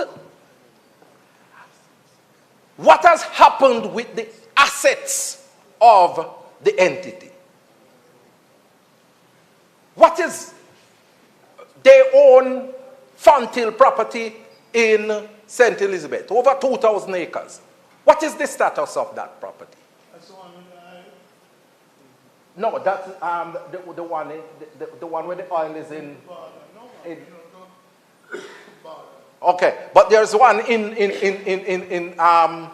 in Westmoreland as well, on the, I think it's the Negril Maras, where there is a lot of peat and so forth. They own that as well. But what has happened to those assets that were owned by the PCJ?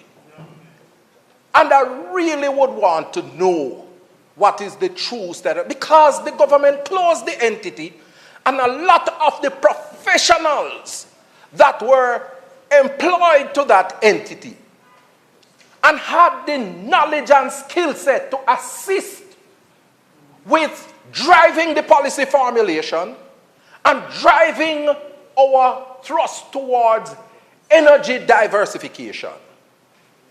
Those individuals had left this, were sent home, and they were not integrated in the general government system to assist with the process. And that is a part of the reason why we are having what my grandmother said, this hodgepodge approach to policy formulation. I use a better word, shambolic approach to policy formulation. And I would really want to know from the government what is the true status of the Petroleum Corporation of Jamaica. We need to know as a country, because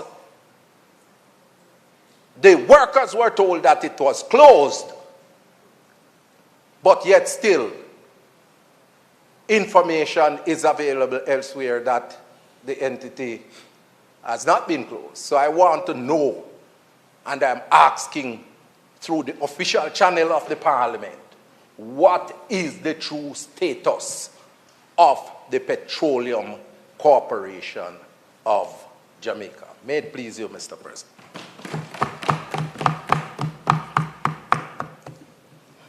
Thank you, Senator Morris. Senator Longmore. Thank you, Mr. President. I rise in full support of this bill in front of us, and you know, I'm sitting here and we are recognizing the very important need for us to create alternative energy solutions, especially when we have been locked in a monopoly with our energy supply, our main energy supply. So whilst we contemplate many questions, I think we also need to reflect on what one very significant policy directive that got us here. What is happening and what a lot of persons are experiencing out there now, post-Beryl, is a reality that we must come to grapple with. The fact that we are so dependent on electricity and the traditional supply of electricity for our way of life, I think is one that has been brought to full focus. And so I am very happy to have heard Minister Samudo indicating that this is one of the first steps in a suite of responses by the government to address this very significant issue. I want to put on the table officially that we also consider expanding these financial incentives by removing or significantly reducing the custom duties associated with a lot of things that are solar powered. We have now out there power banks for charging your cell phone. And apart from being solar powered, they have a hand crank that use motion to generate the energy to power maybe 3-4 phones or whatever other units at the same time. You have solar powered almost any and everything you can think of that is electronic right now. The small devices, fans, air conditions, generators. Not just generators that are the small, you know, what they call the Delco and that type of generator. You have Delco. You understand? You have solar powered generators that are large enough to supply communities, that are large enough to supply single households, solar street lights. So, you know, while we are contemplating, and like I said, I significantly celebrate this first step, because the country was put in a quagmire and is still suffering the effects of that quagmire in terms of our energy supply.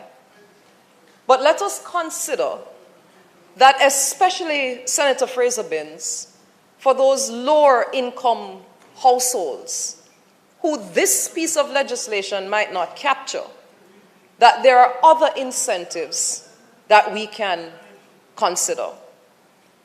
The other quick little thing that I just want to bring to the table as we are considering energy and energy solutions and so forth, and just for environmental consideration.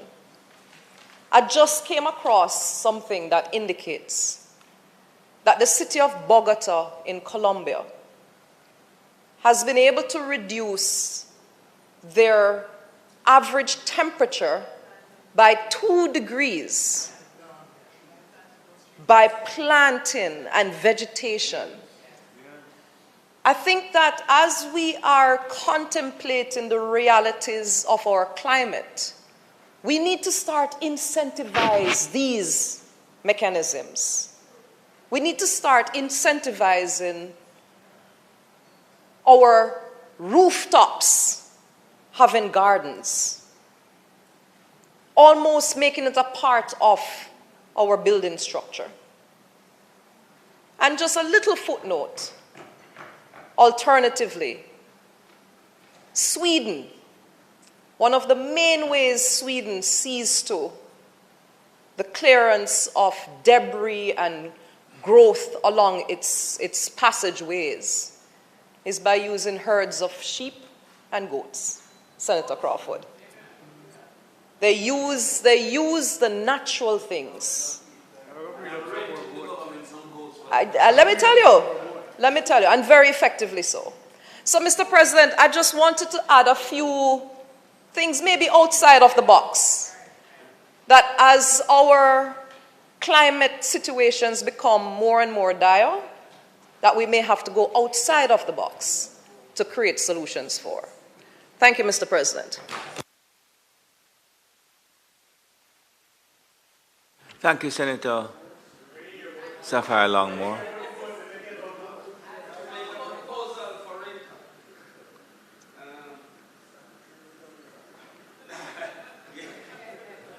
Senator Crawford. Senator Bunting says I should train the goats in traffic management so it can be a dual purpose. or as informants. Yeah, indeed. Thank you, Mr. President. Mr. President, it is always said that context is important.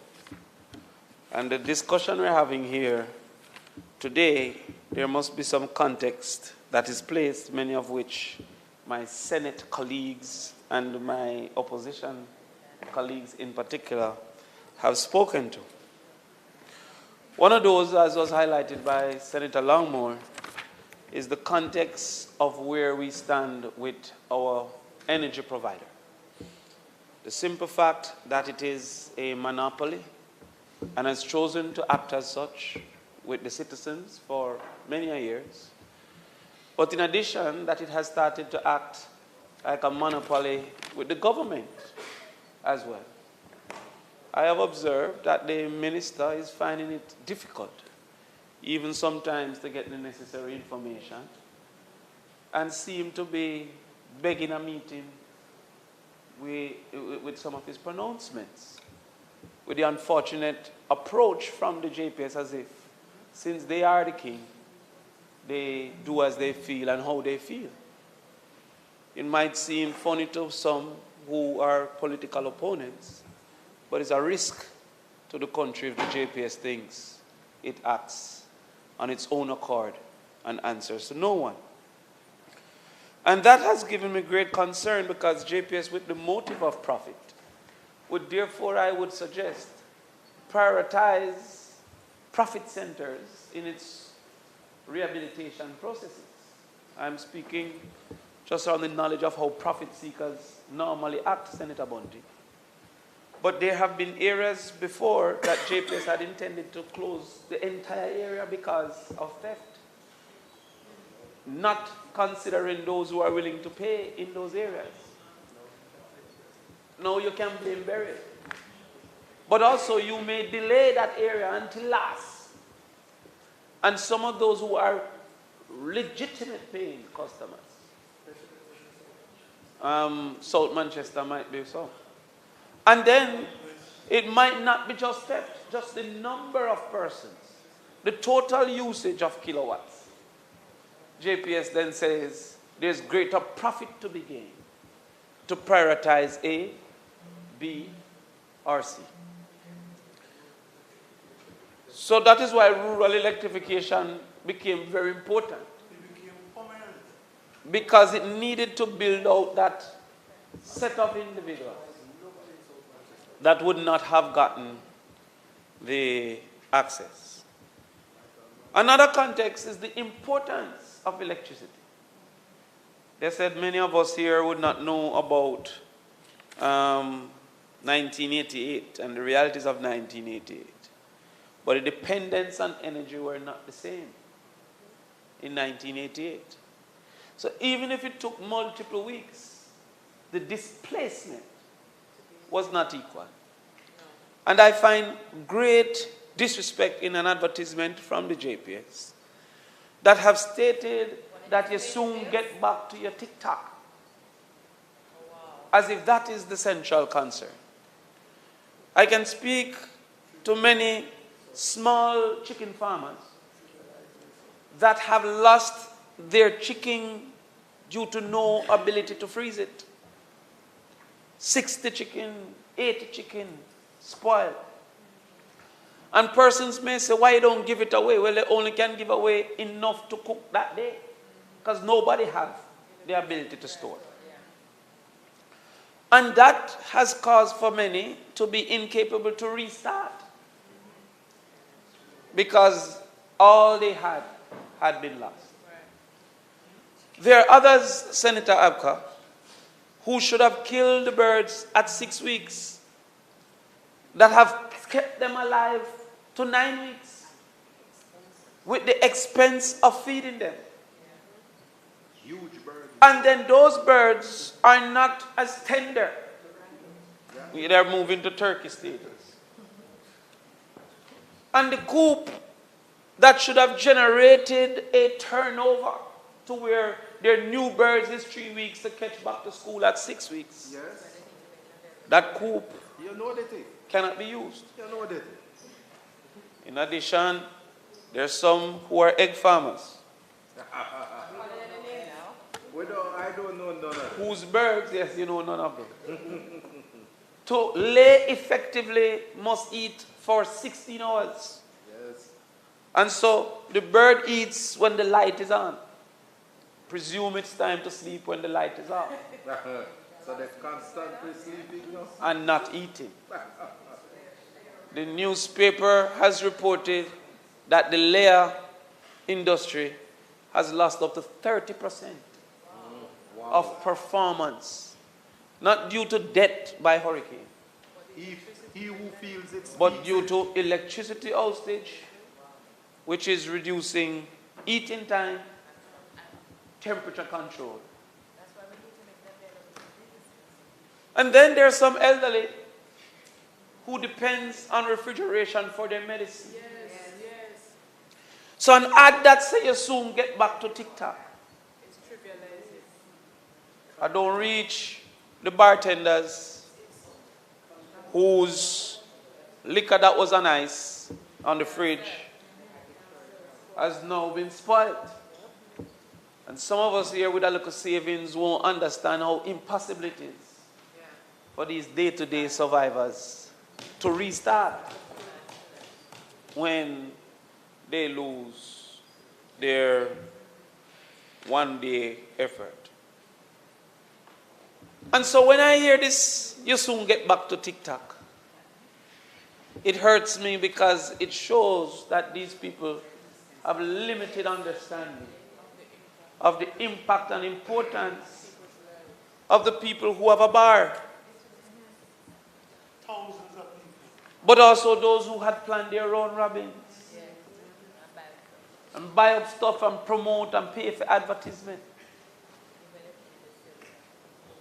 And it cannot be held in some places even today.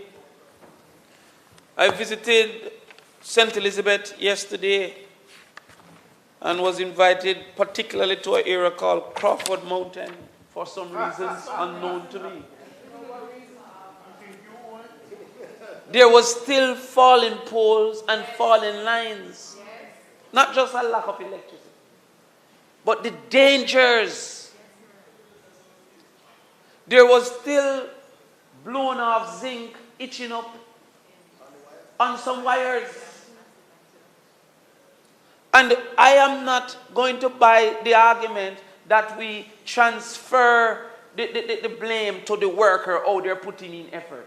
I have seen all the workers putting in effort, but the decision of how much workers is not the workers' decision. Nor the remuneration that would encourage workers to participate. And before the president asks what that have to do with the bill, solar speaks as well to grid participation.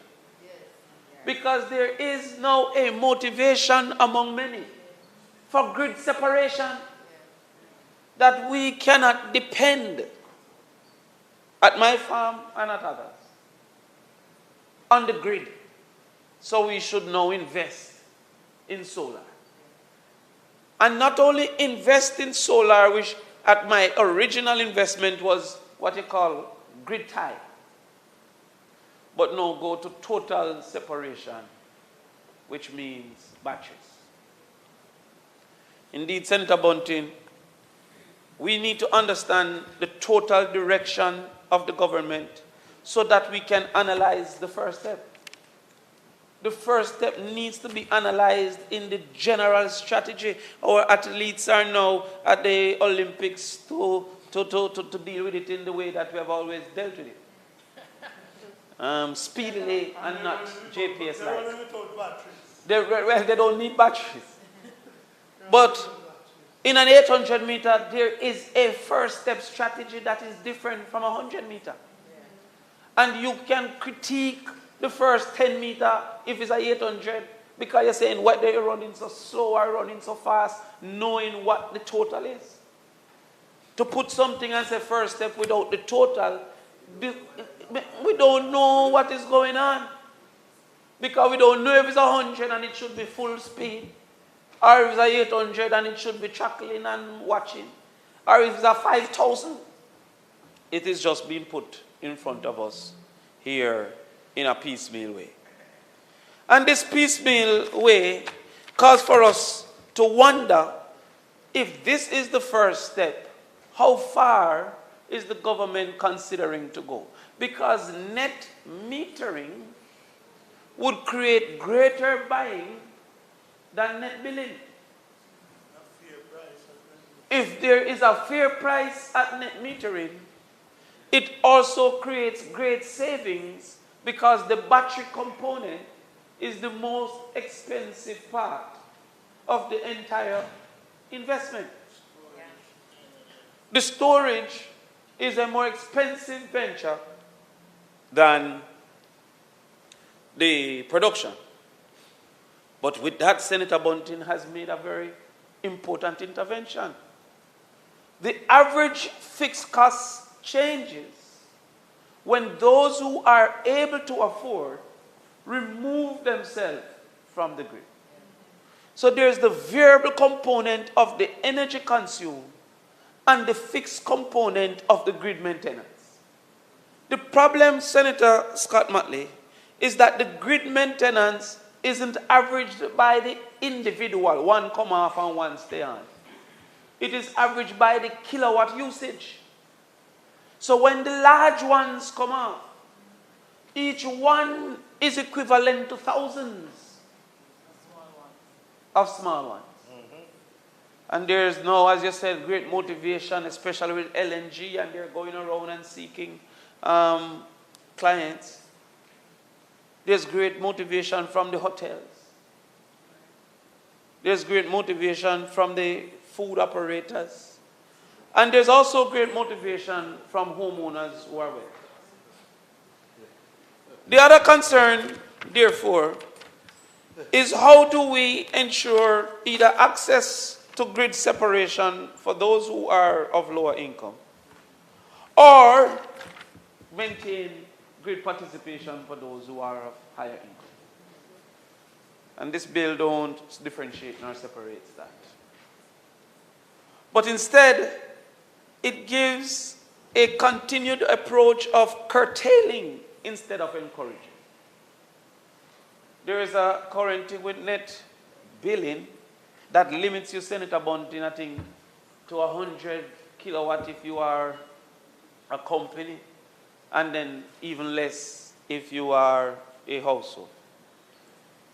The third context is the institutions that are important. I can speak to Linstead Hospital, who was without electricity for almost 2 weeks. Where is Linstead Hospital? It's in Northwest St. Catherine, the bastion of the People's National Party. But not only was it without electricity, they had to borrow a generator. Yes, wait, you know about it? Yes. It was on the news. I was surprised. Okay. They had to borrow a generator. And also had to close some offerings because the generator wasn't to size to sustain all those areas. It might be sensible within the context of climate change, that we should make some of these important entities grid independent. Because as I've heard the Minister said of Finance, he's only releasing 5 billion when the Minister of Agriculture said he needs 10. That's just agriculture. And I am saying that the school, the Ministry of Education need 1.7. That better come out of the 5 first. And then you have the Ministry of Labor and Social Security. But we have to talk about the Ministry of Security, because the Ministry of Security clearly needs some if you don't have any generator at these places. But the Minister of Finance had one good point. We're only at B. Burial. And so, God forbid, if one more should come before we get to Z. And so, if you make me worried, you say 2. If 2 come, boy, it would be disastrous. And so, within the context of where we are, grid separation might be important for schools too. Because many, Senator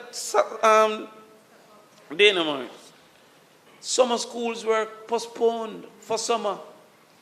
Summer schools that were supposed to carry high school students not at literacy level to literacy level was postponed due to cancelled, basically. The minister said postponed, but we are at the point of cancel. Preparation classes for 7th graders who are coming from PEP. And even for those schools who continued, some communities are incapable of sending out their students for the financial purposes and the other realities. So if it is in our intent to encourage the usage, the first thing is that this only allows 1. I didn't see in it, Senator Morris, and you may inform me if I'm incorrect, if it is 1 within a space of 10 years. Because many of the need replacement. The battery life might be 15 years. The inverter might be 5 years. Is it 1 in a lifetime? Is it 1 till I move to a next house? It's just 1 under my name. 1 as single day man and 1 as married day man. 1. Wow. So I can divorce, remarried, and get 1 more. That's a disappointment, you know. I would have used it as an excuse. So that is what I'm saying now. My excuse have been taken away. But also with the technology improving, that you may want to upgrade. That's not encouragement. Encouragement would say, if I want to expand next year, come back. So that our footprint, which Senator Samuda speak to, our climate change contribution, what do you call it? Carbon footprint, must get to a toe print by putting out multiple investment. Yes, a smaller print. Size 8 instead of 10. Yeah, a toe print. But understand what I'm saying, that this bill suggests that if I have the ability to invest, and my mom who's retired, and therefore not paying taxes, I can put it on for our house and make a claim. Stop to me alone. Well, if I would not have been my primary resident. So if I choose hers, I cannot do mine. And if I choose mine, I can. That don't sound like we find climate change important. If you talk about growth, Yes. you're limited to Because the bill is saying that we want to get as much solar as we can get. But the clauses are saying we're curtailing you as much as we can curtail you. Because in many houses, you see, some of them don't understand quarter bread. Big July, 1 squeeze of toothpaste. But how much houses have a shop attached to the house? And this bill is saying that if you have a commercial entity, yes, which could be a Falco. which could be a hairdresser on the veranda around the back, which could be a dressmaker. If we want more and more and more solar, why are we hindering the qualification?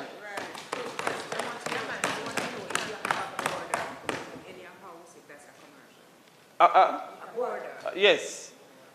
Yes, it would be. Yes, you're renting for income. So the whole of Augustown can't keep none. Mona can't get any. But my experience as a boarder with Senator Braham, it wasn't economic because he got no payment. But if stress is of value, he was well rewarded. But our first experience was on one side of a house owned by somebody else. So he remembers, he's smiling at it. He remembers how far we have come. That him have a house and I have a house there.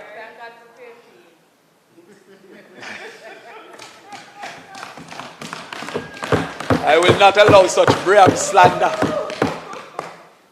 Yes, in Patrick City. We then also have a multiplicity of persons who don't have titles for their land. And at some point, even if we never have light, we wouldn't know the time. Okay. President, time being 1:20, I ask that the Senate be allowed to sit beyond 1:30 to complete the business of the day. Members should have heard the question. Those in favor? Against? Thank you. Sorry, Senator Crawford. Thank you, Mr. President. Mr. President, should I just ask for Senator Crawford's extension from now? Because it seems to be... I'm not considering no extension today, so okay. Everybody try to fit within the time. You see, you need to defend Senator Samuda when they talk about why NWC don't carry water. So let me have strength for you and Minister Bar. I don't know what defense. Yes, and I'm in full defense today. Yeah. Because we cannot get water without the pumps working. Absolutely. Yes. Well, maybe the pumps should look at solar too. But there is... Not Matthew's fault. I am defending Matthew for 8 of that. But importantly, if our intent, because water is treated as life, yet our reliance of energy, somehow we haven't started to treat energy like we treat water. Senator Samuda educated me that persons who don't have legitimate papers for their property can get a letter from JP, etc., to get access to water. Yet this proposal, which can provide access and affordable access to energy, indicate that ownership is almost the only strategy. Renting don't create a strategy. You can't get a letter from the person who rent you the place to say, I am going to invest in this solar and when I am leaving, I take it with me. Or you take it out of my rent over a period of time. There can be no arrangement because it is limited to ownership.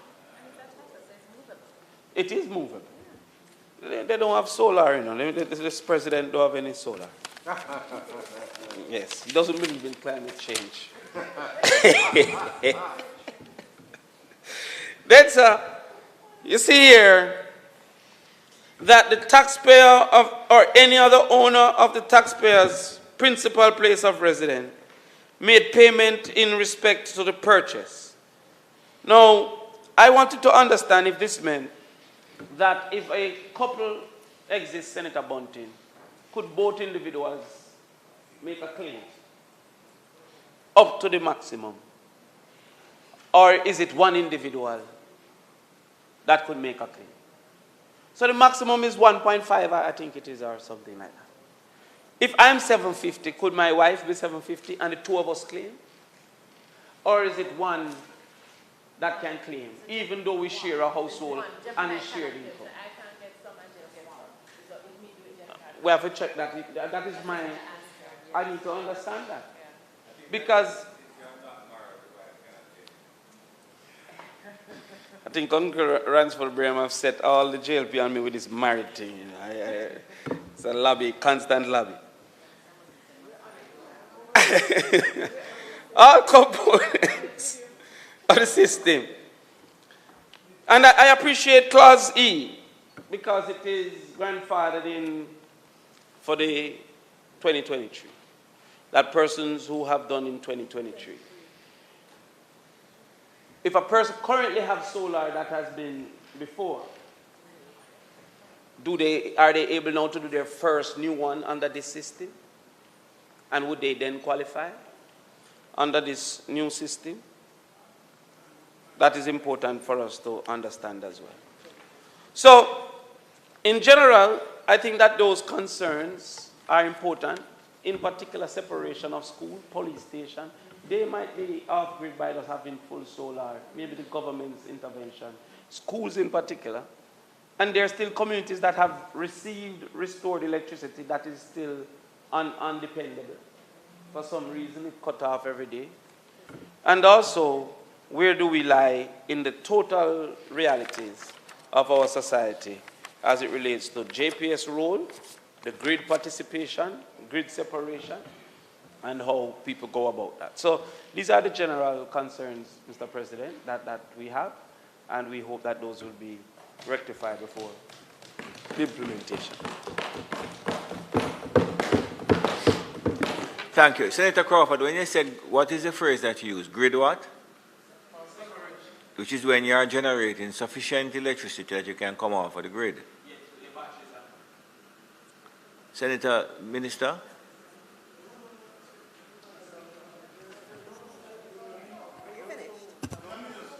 No, Senator, that's your fault, you know, Minister Dixon. Nobody. They're going on the next bill. They're going on the next bill. Mr. President, the opposition has declared support in general and in principle for this bill, and I am part of that opposition. But permit me, Mr. President, today being the 26th of July, to recognize the heroes of the assault on the Moncada barracks 71 years ago, which led Fidel Castro at his trial to declare, history will absolve me. And Cuba certainly has developed a very good energy policy from which we can all learn. But I support and celebrate the Cuban people on this holiday that they enjoy today.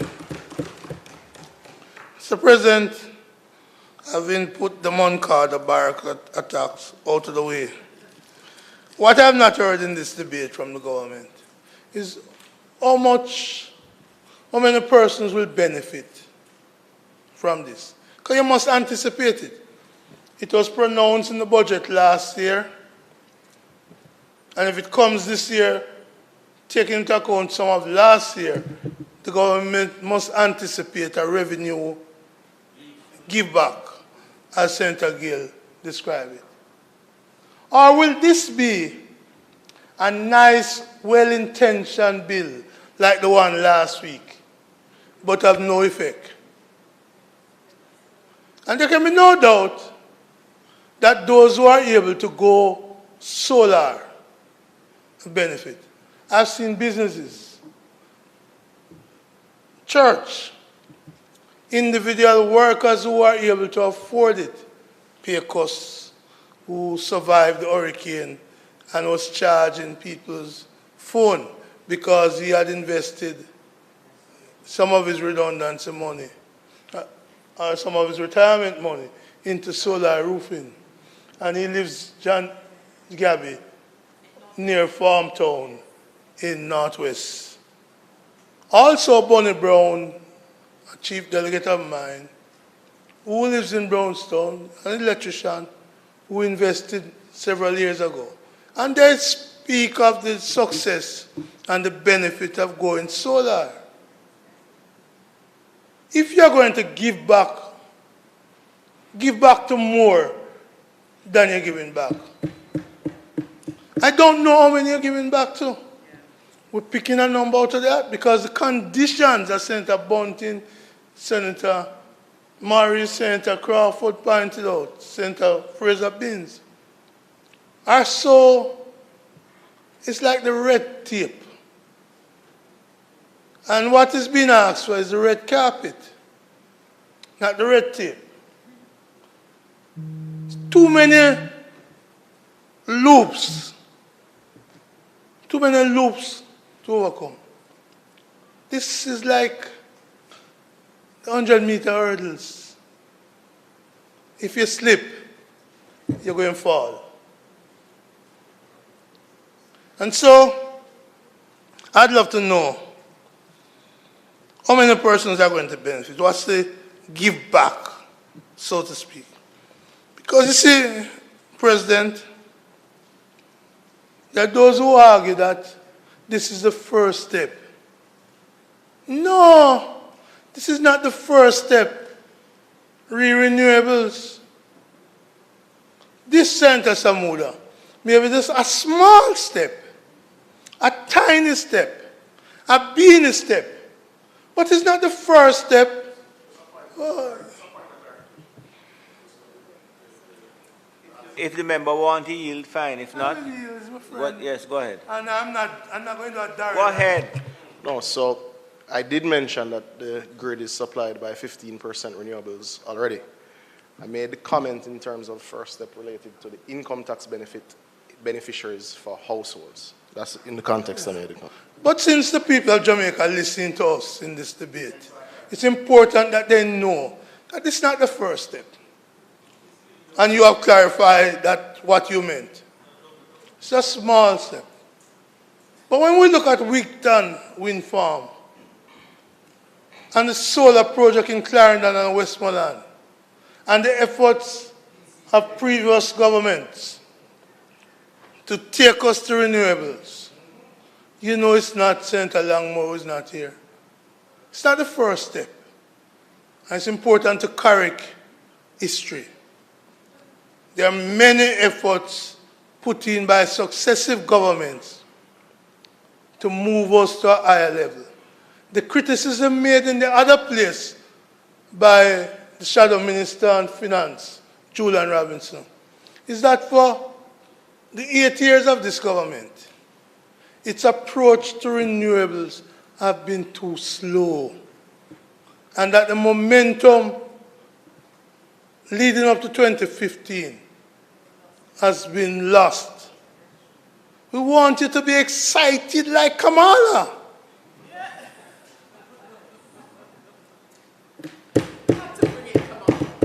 We want you to be as excited. We have lost that excitement for renewal. We have lost the excitement for renewal. And we therefore ask you to step it up, to pay more attention. We see recently an announcement in London that we may be fortunate to have found Isle of Shore.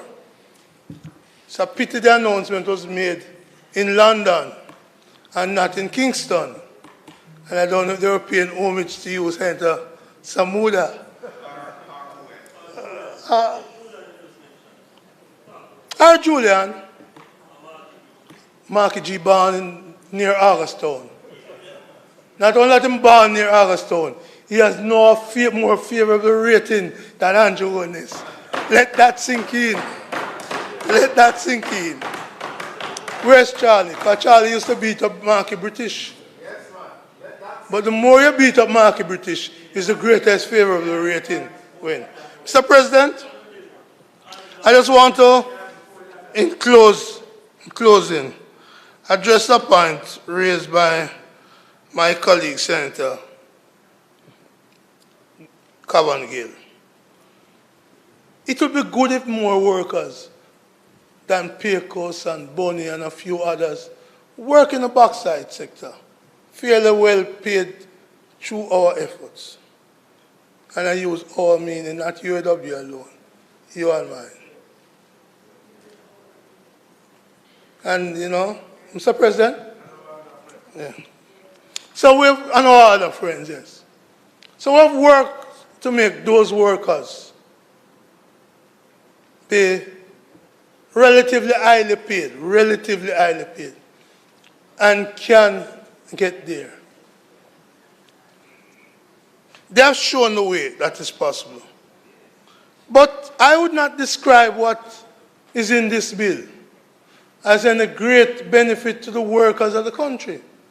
There are some things we need to do in amending the Income Tax Act, which is what we're doing here today, that will benefit the workers.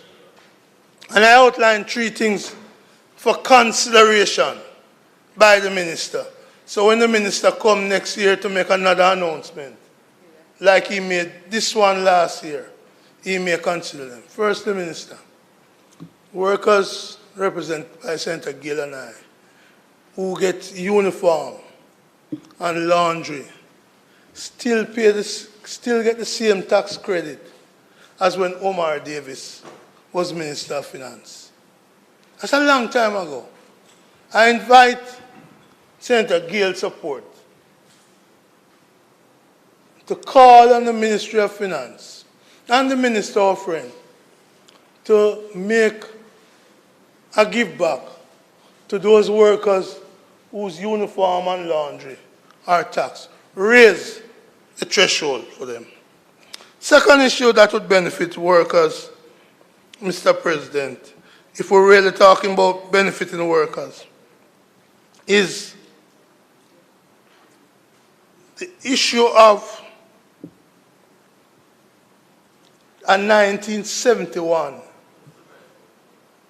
order made by, under the Income Tax Act in respect to termination benefit, made by Mr. Siaga before he was Prime Minister. It's a long time ago. At that time, when that order was made, Senator Gill, there's no GCT. There's no education tax. And those workers, leave him alone. No, let him, he's not capable of having decorum. Sorry. So let him be as he is. Those workers who would benefit from that. That order was made when there's no industrial dispute tribunal, for example. So if a worker, Mr. President, goes to the court and sue for wrongful dismissal and gets an award of $10 above the tax threshold, that worker receives the full $10. But if the worker goes to the industrial dispute tribunal and gets an award, the bulk of that award is taxed before, and that has been there before GCT, before education tax, before IDT. So again, I'm asking the minister, since we're interested in doing things for the workers, to review that 1971 termination order under the Income Tax Act. And the final one I wish to ask for, if we really want to benefit workers, it is the deceptive education tax. It's really, Mr. President. Senator Brown. I'm talking about amendment to the Income Tax Act, which is what this bill deals with. You're not speaking specifically to the bill, and you know it, you know. So sorry? You're not speaking specifically to the bill. That's what I'm dealing with, about amending. In other words, what you're giving up. What are your priorities? That's what I'm talking about under the bill. And under this bill, it's time for the government to review that taxation which goes to the income tax, which is called education tax, which tax now the minimum wage worker, the bartender, all the workers of Jamaica from $1. It's time for the government to review whether or not that education tax, which was to fund education, Senator Crawford, which is not going to education directly, but to the consolidated fund, whether or not in your vaunted 1.5, isn't it time to move the education tax to start at 1.75 rather than the first dollar of the minimum wage worker? With those points, Mr. President, we support this bill in principle, but we point out the flaws, the weaknesses, because the little worker is not going to be, the little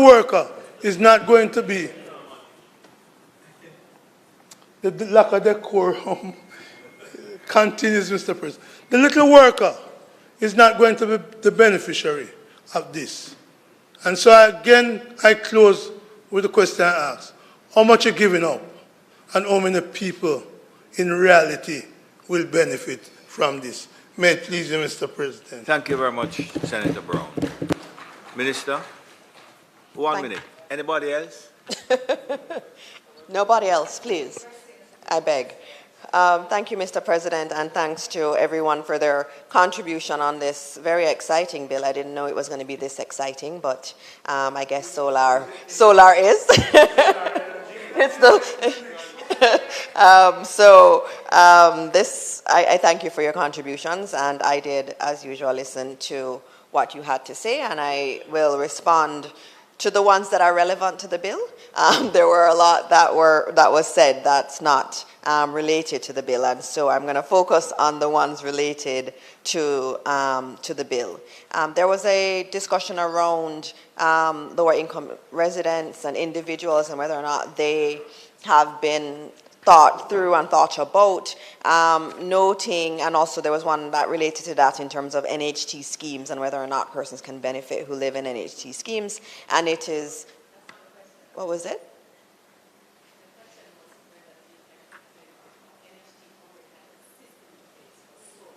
Yes, they can. So they can get the solar loan and they can get the tax credit. So that is in the affirmative. In terms of, I'm going to go down, I know there was an issue with 4F in terms of the inspection that is required.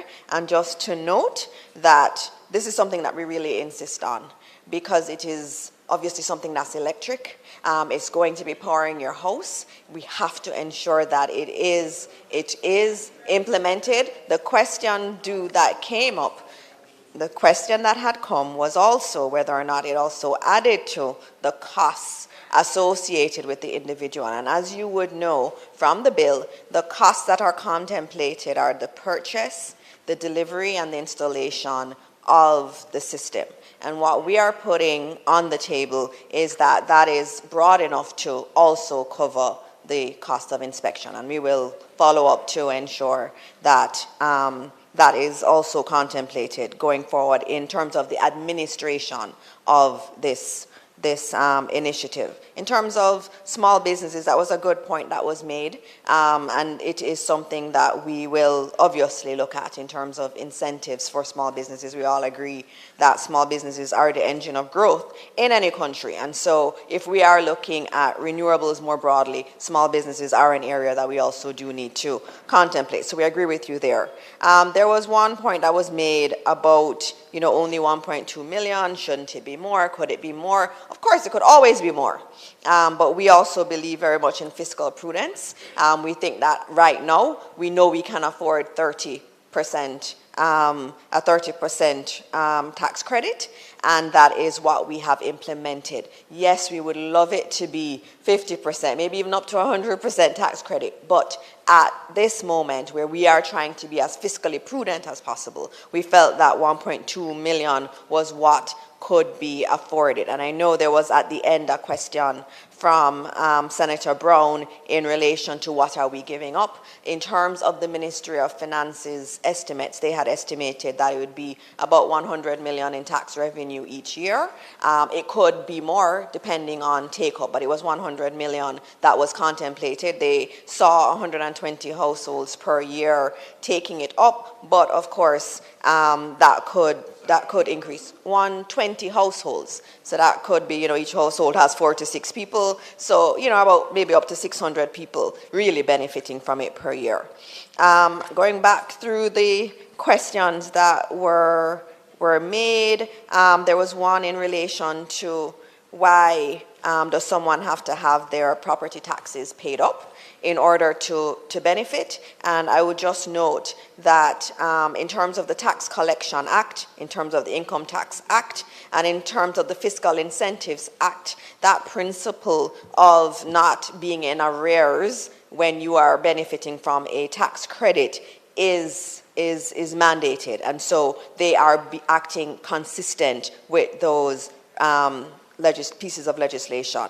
Also to note that someone had asked, I think it was my great colleague who wants to fall asleep on me and is in pink, who's looking lovely in pink, and I was about to buy a suit that same color, and I think it's a beautiful color. Yes.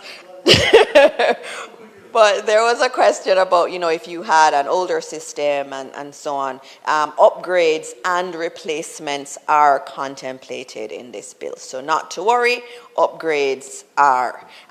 In terms of the whether or not Senator Crawford is going to get married and want to submit a dual application with his wife, it is clear only one applicant can apply for the credit. But if your wife purchases some of it, she's a nice independent woman and wants to purchase some, and you purchase maybe less than her, you can submit receipts even if it's not in one person's name. So all the persons in the property who have contributed and maybe made purchases can submit the invoices, but it is one primary person who is applying for the tax credit for that particular property. So I hope that clarifies it. There was one other thing that came up.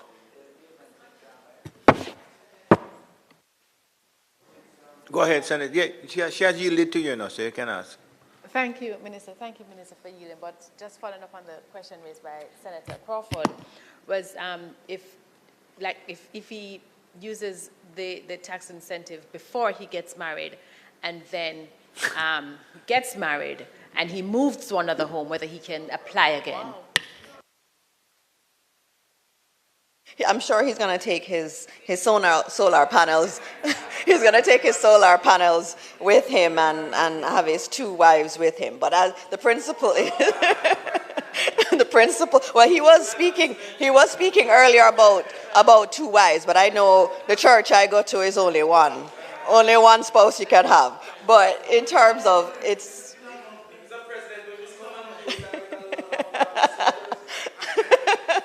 Anyway, hopefully you will come on the side of one spouse. But in terms of going forward, obviously, it is once for now. Remember, this is early days. Technology can change. We have contemplated upgrades and replacements. Things can move along, and this act can change. But for now, it is one time that it can be accessed.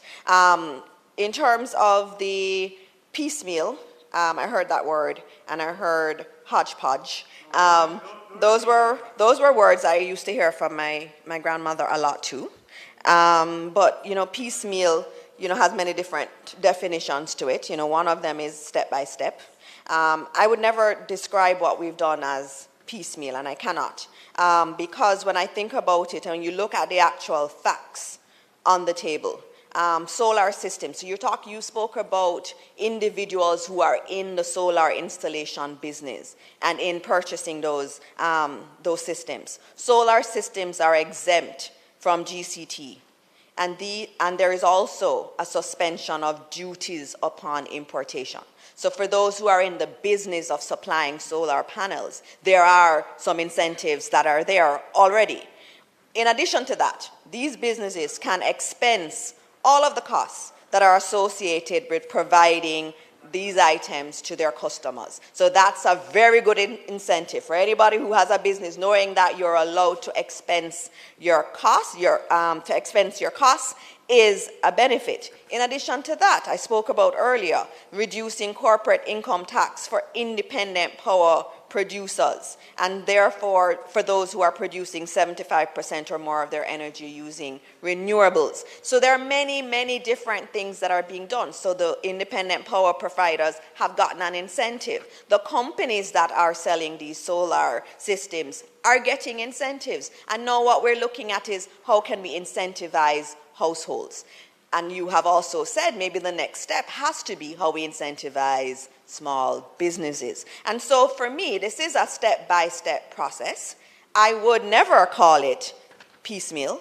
I think what you meant to say is that this is pragmatic execution, not piecemeal, pragmatic execution. We're executing within the framework that we have, within the fiscal space that we have, and doing it in a very responsible manner. And so, Mr. President, as we pragmatically execute on our vision for use of more renewables, I ask that the bill be read a second time.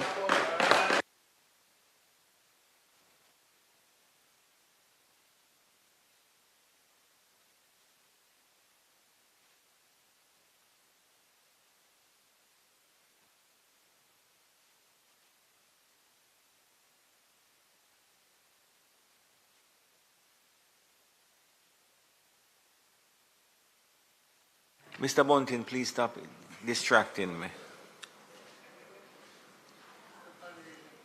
The question is that the bill be read for a second time. Those in favor? Against? A bill entitled An Act to Amend the Income Tax Act, read a second time. Thank you, Madam. The Senate will now resolve itself into a committee of the whole Senate to consider the bill clause by clause. With the agreement of Minister Dixon and Senator Bunting, I'll take clause 1, 2, 3. Those in favor? Against? I put the title and enacting clause. Those in favor? Against? The question is that I do report the bill as having passed committee stage.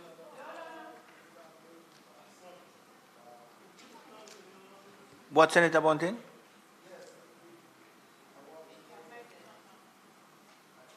Oh, I'm sorry. No. Sorry. Sorry. I wanted to suggest an amendment. To the title and enacting clause? Clause 2. Okay. Okay, so the question is that clause 2 be recommitted. I'm sorry. I'd taken that we were moving with it. Go ahead, Senator Bunting. Clause 2, 25F for C, I'm proposing that we delete C with the consequential renumbering of the following clauses.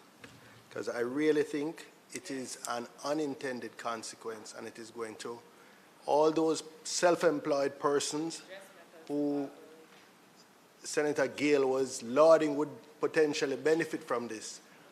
Many of them will be excluded by the fact that they operate from home.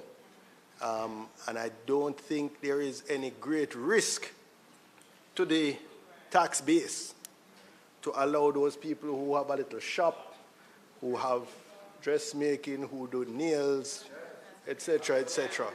I think there is really absolutely no risk.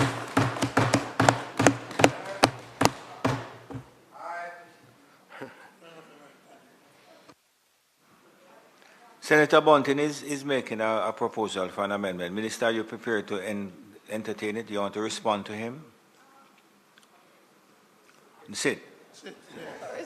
Sorry, Mr. President. In terms of the principal place of residence, I know that was one that was very important, and you're saying 4C. That's the 4C, yes. Yeah, 4C. The taxpayers and not being used for any commercial purpose. And that was really very important because for the Minister of Finance, they had wanted to ensure that it was for a residential home that was for residential purposes, primarily for residential purposes. We do understand that there may be people who may be growing things in their backyard or who may have a chicken coop, but in terms of this clause, I think this is one that we do want to keep in terms of the principal place of residence is not being used for commercial purposes. Remember, we've also said that for small businesses that we were going to be looking at an incentive structure for small businesses. And so that would take care of those who have small businesses, whether or not they're at home or elsewhere. But for this bill, it is for your place of residence. That's what this bill is for. Minister, I think what Senator Bunton is trying to say is that you have a significant number of Jamaicans who work and live at home. So you have your dressmaker that has a room, you have your barber that has a room, you have the shopkeeper that lives there but also operates a shop. And by virtue of this provision, even if you think, for example, at your dressmaker, let's just look at our dressmakers, for example, who use electricity for their trade. You are excluding such a person. I think what he's saying is we need to consider it. If you're not prepared to delete, perhaps I can propose another amendment for your consideration, which is... Because I'm not suggesting it shouldn't be principal. Yes. I agree with that. Sir, Pedro, your mic not on. Well, I'm not, Minister, suggesting that you should delete the fact that it must be the principal place of residence of the taxpayer. What I'm asking is to allow where that principal place of residence has some commercial activity taking place there, it should not be they should not be disqualified, because these are not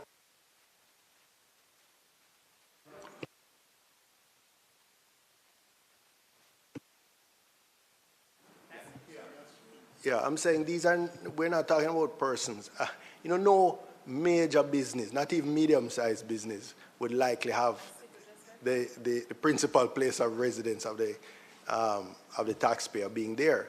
This is really talking about people who run a little small business, dressmaking, maybe especially in rural areas, they might have a chicken coop around the back of the house and so on. They should not be disqualified from accessing this just because of that. That doesn't seem fair. As it is now, you're essentially limiting this to Upper St. Andrew and similar communities in other parishes. That's essentially what you're doing. I mean, those are the people who will, that's 120 families that will benefit from it if we don't do this sort of expansion.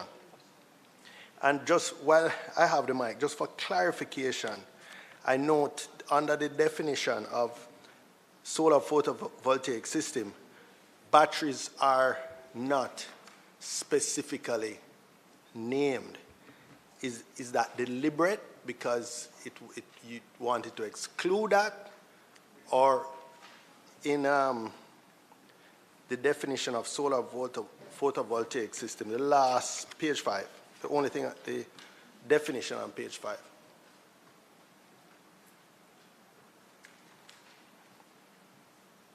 Because the battery is a major, often the major cost. But it would, other electrical would cover it? Sure. It's just that batteries are the most expensive. Ah, All right, let's take this thing one step at a time. Deal with Senator Morris. Deal with the issue of a proposal from Senator Bunton in relation to C, because as I understand it, unless you want it modified, there is a proposal from Senator Bunton that Section 225F 4C be removed. That is the proposal by Mr. Bunton. You want to address it? Mr. President, I was just going to say that based on the discussions with the Ministry of Finance, that was a key area that needed to be maintained in it. We could look at it another time, but in terms of this bill and in terms of the allowances that have been made in terms of the 100 million, this is going to be very important. I mean, separating out what's for commercial, what's for residential, does add complexity. Okay. And as I said, we will be doing something, we'll be looking at small businesses also. So, Senator Bunting, you're maintaining the Suggested it, but if it's not going to be considered, but there was a second approach. Okay, so I don't need to put your proposal to a vote no, then? No, because okay. I think... Senator Fraser-Binns, I think you were saying something.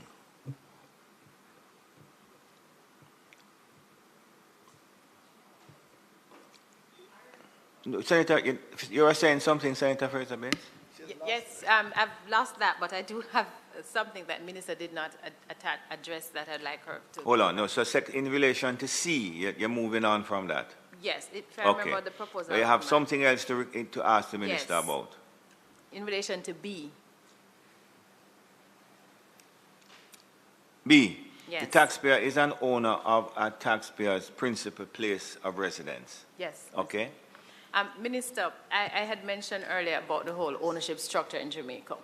And just from my understanding and for those who are listening, if you can explain whether for the purpose of the application here, that owner would be the registered owner or just an owner, meaning you could have a common law title, you could have a survey diagram, it could be family land.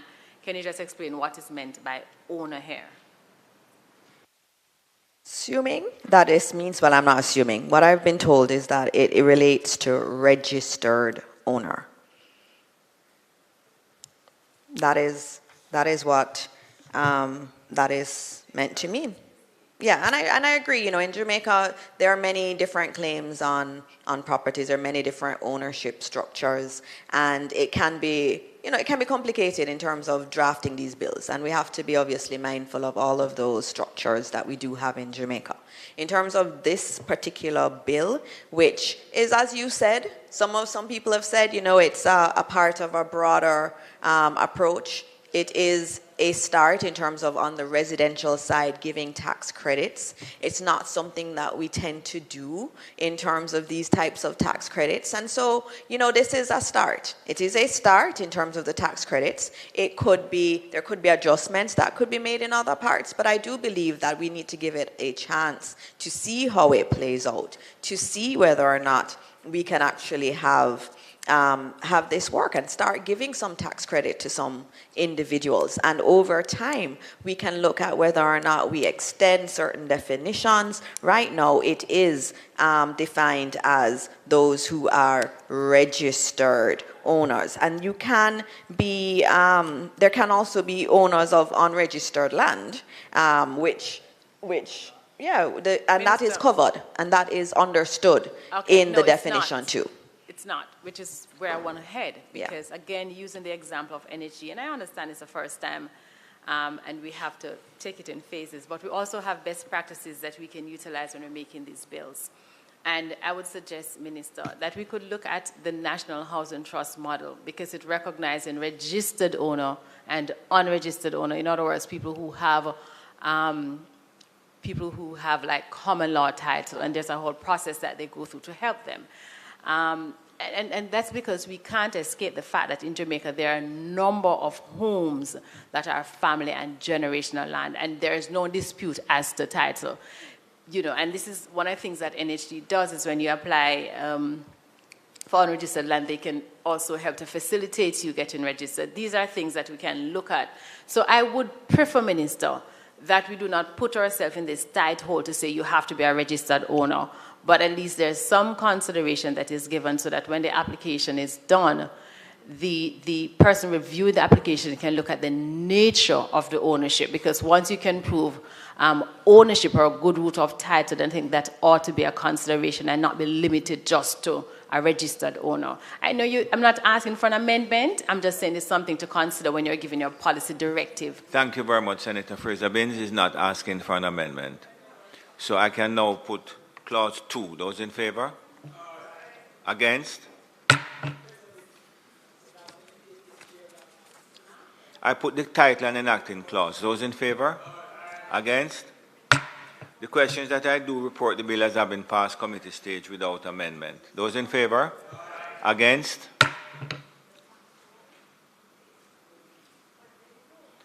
I do report the bill as having passed committee stage without amendment. Minister? Minister?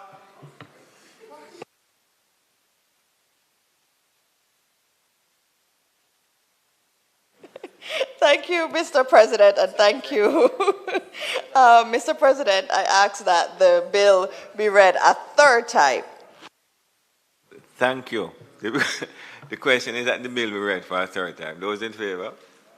Against? Madam Clerk? A bill entitled An Act to Amend the Income Tax Act read a third time and pass. Thank you very much, members. The Senate will now rise for 1 hour to allow the staff of the Parliament to refresh themselves and to recompose themselves. Yes, Mr. Samuda. President, you'll recall our conversation, read a motion related to the reports from the Regulations Committee. Just to take that before we break. It'll only take a couple of minutes. Thank you, President.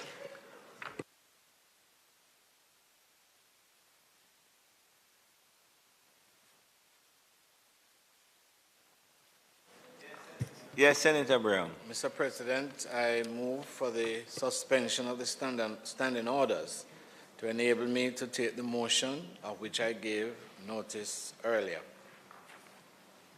Members would have heard the question. Those in favor? Against?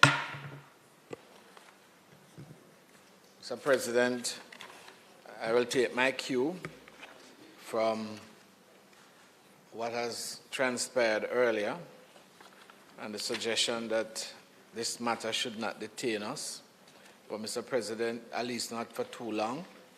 You will recall that under the NHT Act, there are special categories of persons that when a scheme is developed, that they are specially designated for assignment of houses. These persons are entitled to, I understand, to participate in the regular pool, but having regard to their category, whether by negotiation or vulnerability, these are set aside. And, Mr. President, these include trade unions, young adults, for example, members of the Nurses Association, Teachers Association, and, of course, the Jamaica Constabulary and the Jamaica Defense Force. And so these orders seek to provide for these categories. The numbers are not large, but they are useful, and I think that they are beneficial to the members of those associations, unions, and categories. And consequently, I would ask that the three orders be accordingly approved, Mr. President. Thank you, Senator Brown. Senator Brown? I believe the Regulation Committee have agreed. But I note that there's a stranger on the committee, and I would hope that we could fix that so that the committee reflects members of the Senate and no longer those who sit not here with us. Thank you very much, Senator Brown. So, Senator Brown, you are requesting that the report be adopted and approved. Is that it? I'm sorry.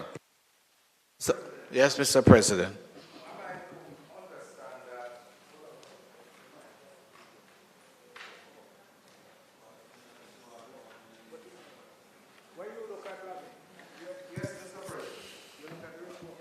Mr. President, Go ahead, Senator Morris. Mr. President, I just want to find out from Senator Braham, am I to understand that these categories that he has mentioned in the regulation are groups that would benefit from the housing development at the various locations?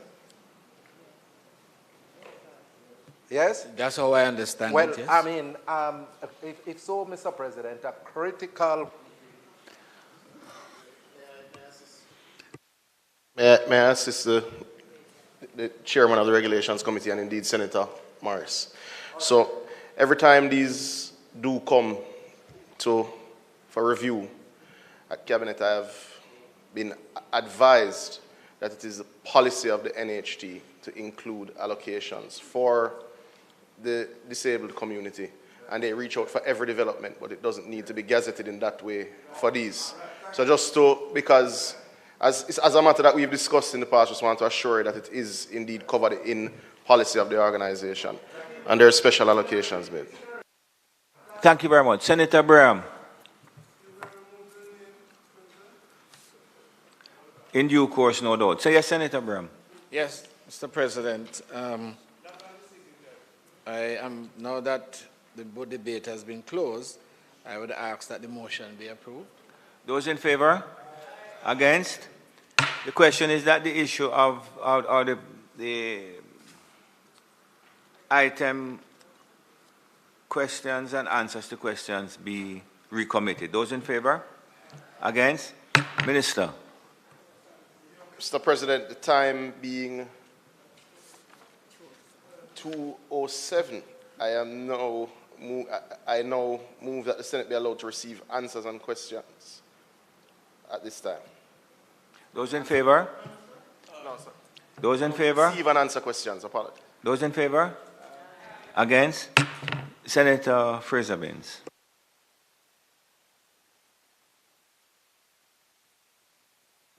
Mr. President. Thank you, Mr. President. Mr. President, I beg to give notice that at the expiration of 21 days, I will ask the Minister without portfolio in the Ministry of Economic Growth and Job Creation the following questions in my name. Thank you.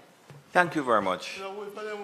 The Senate will now rise to allow the members of the Senate and specifically the members of the clerk staff to refresh themselves until 3:09.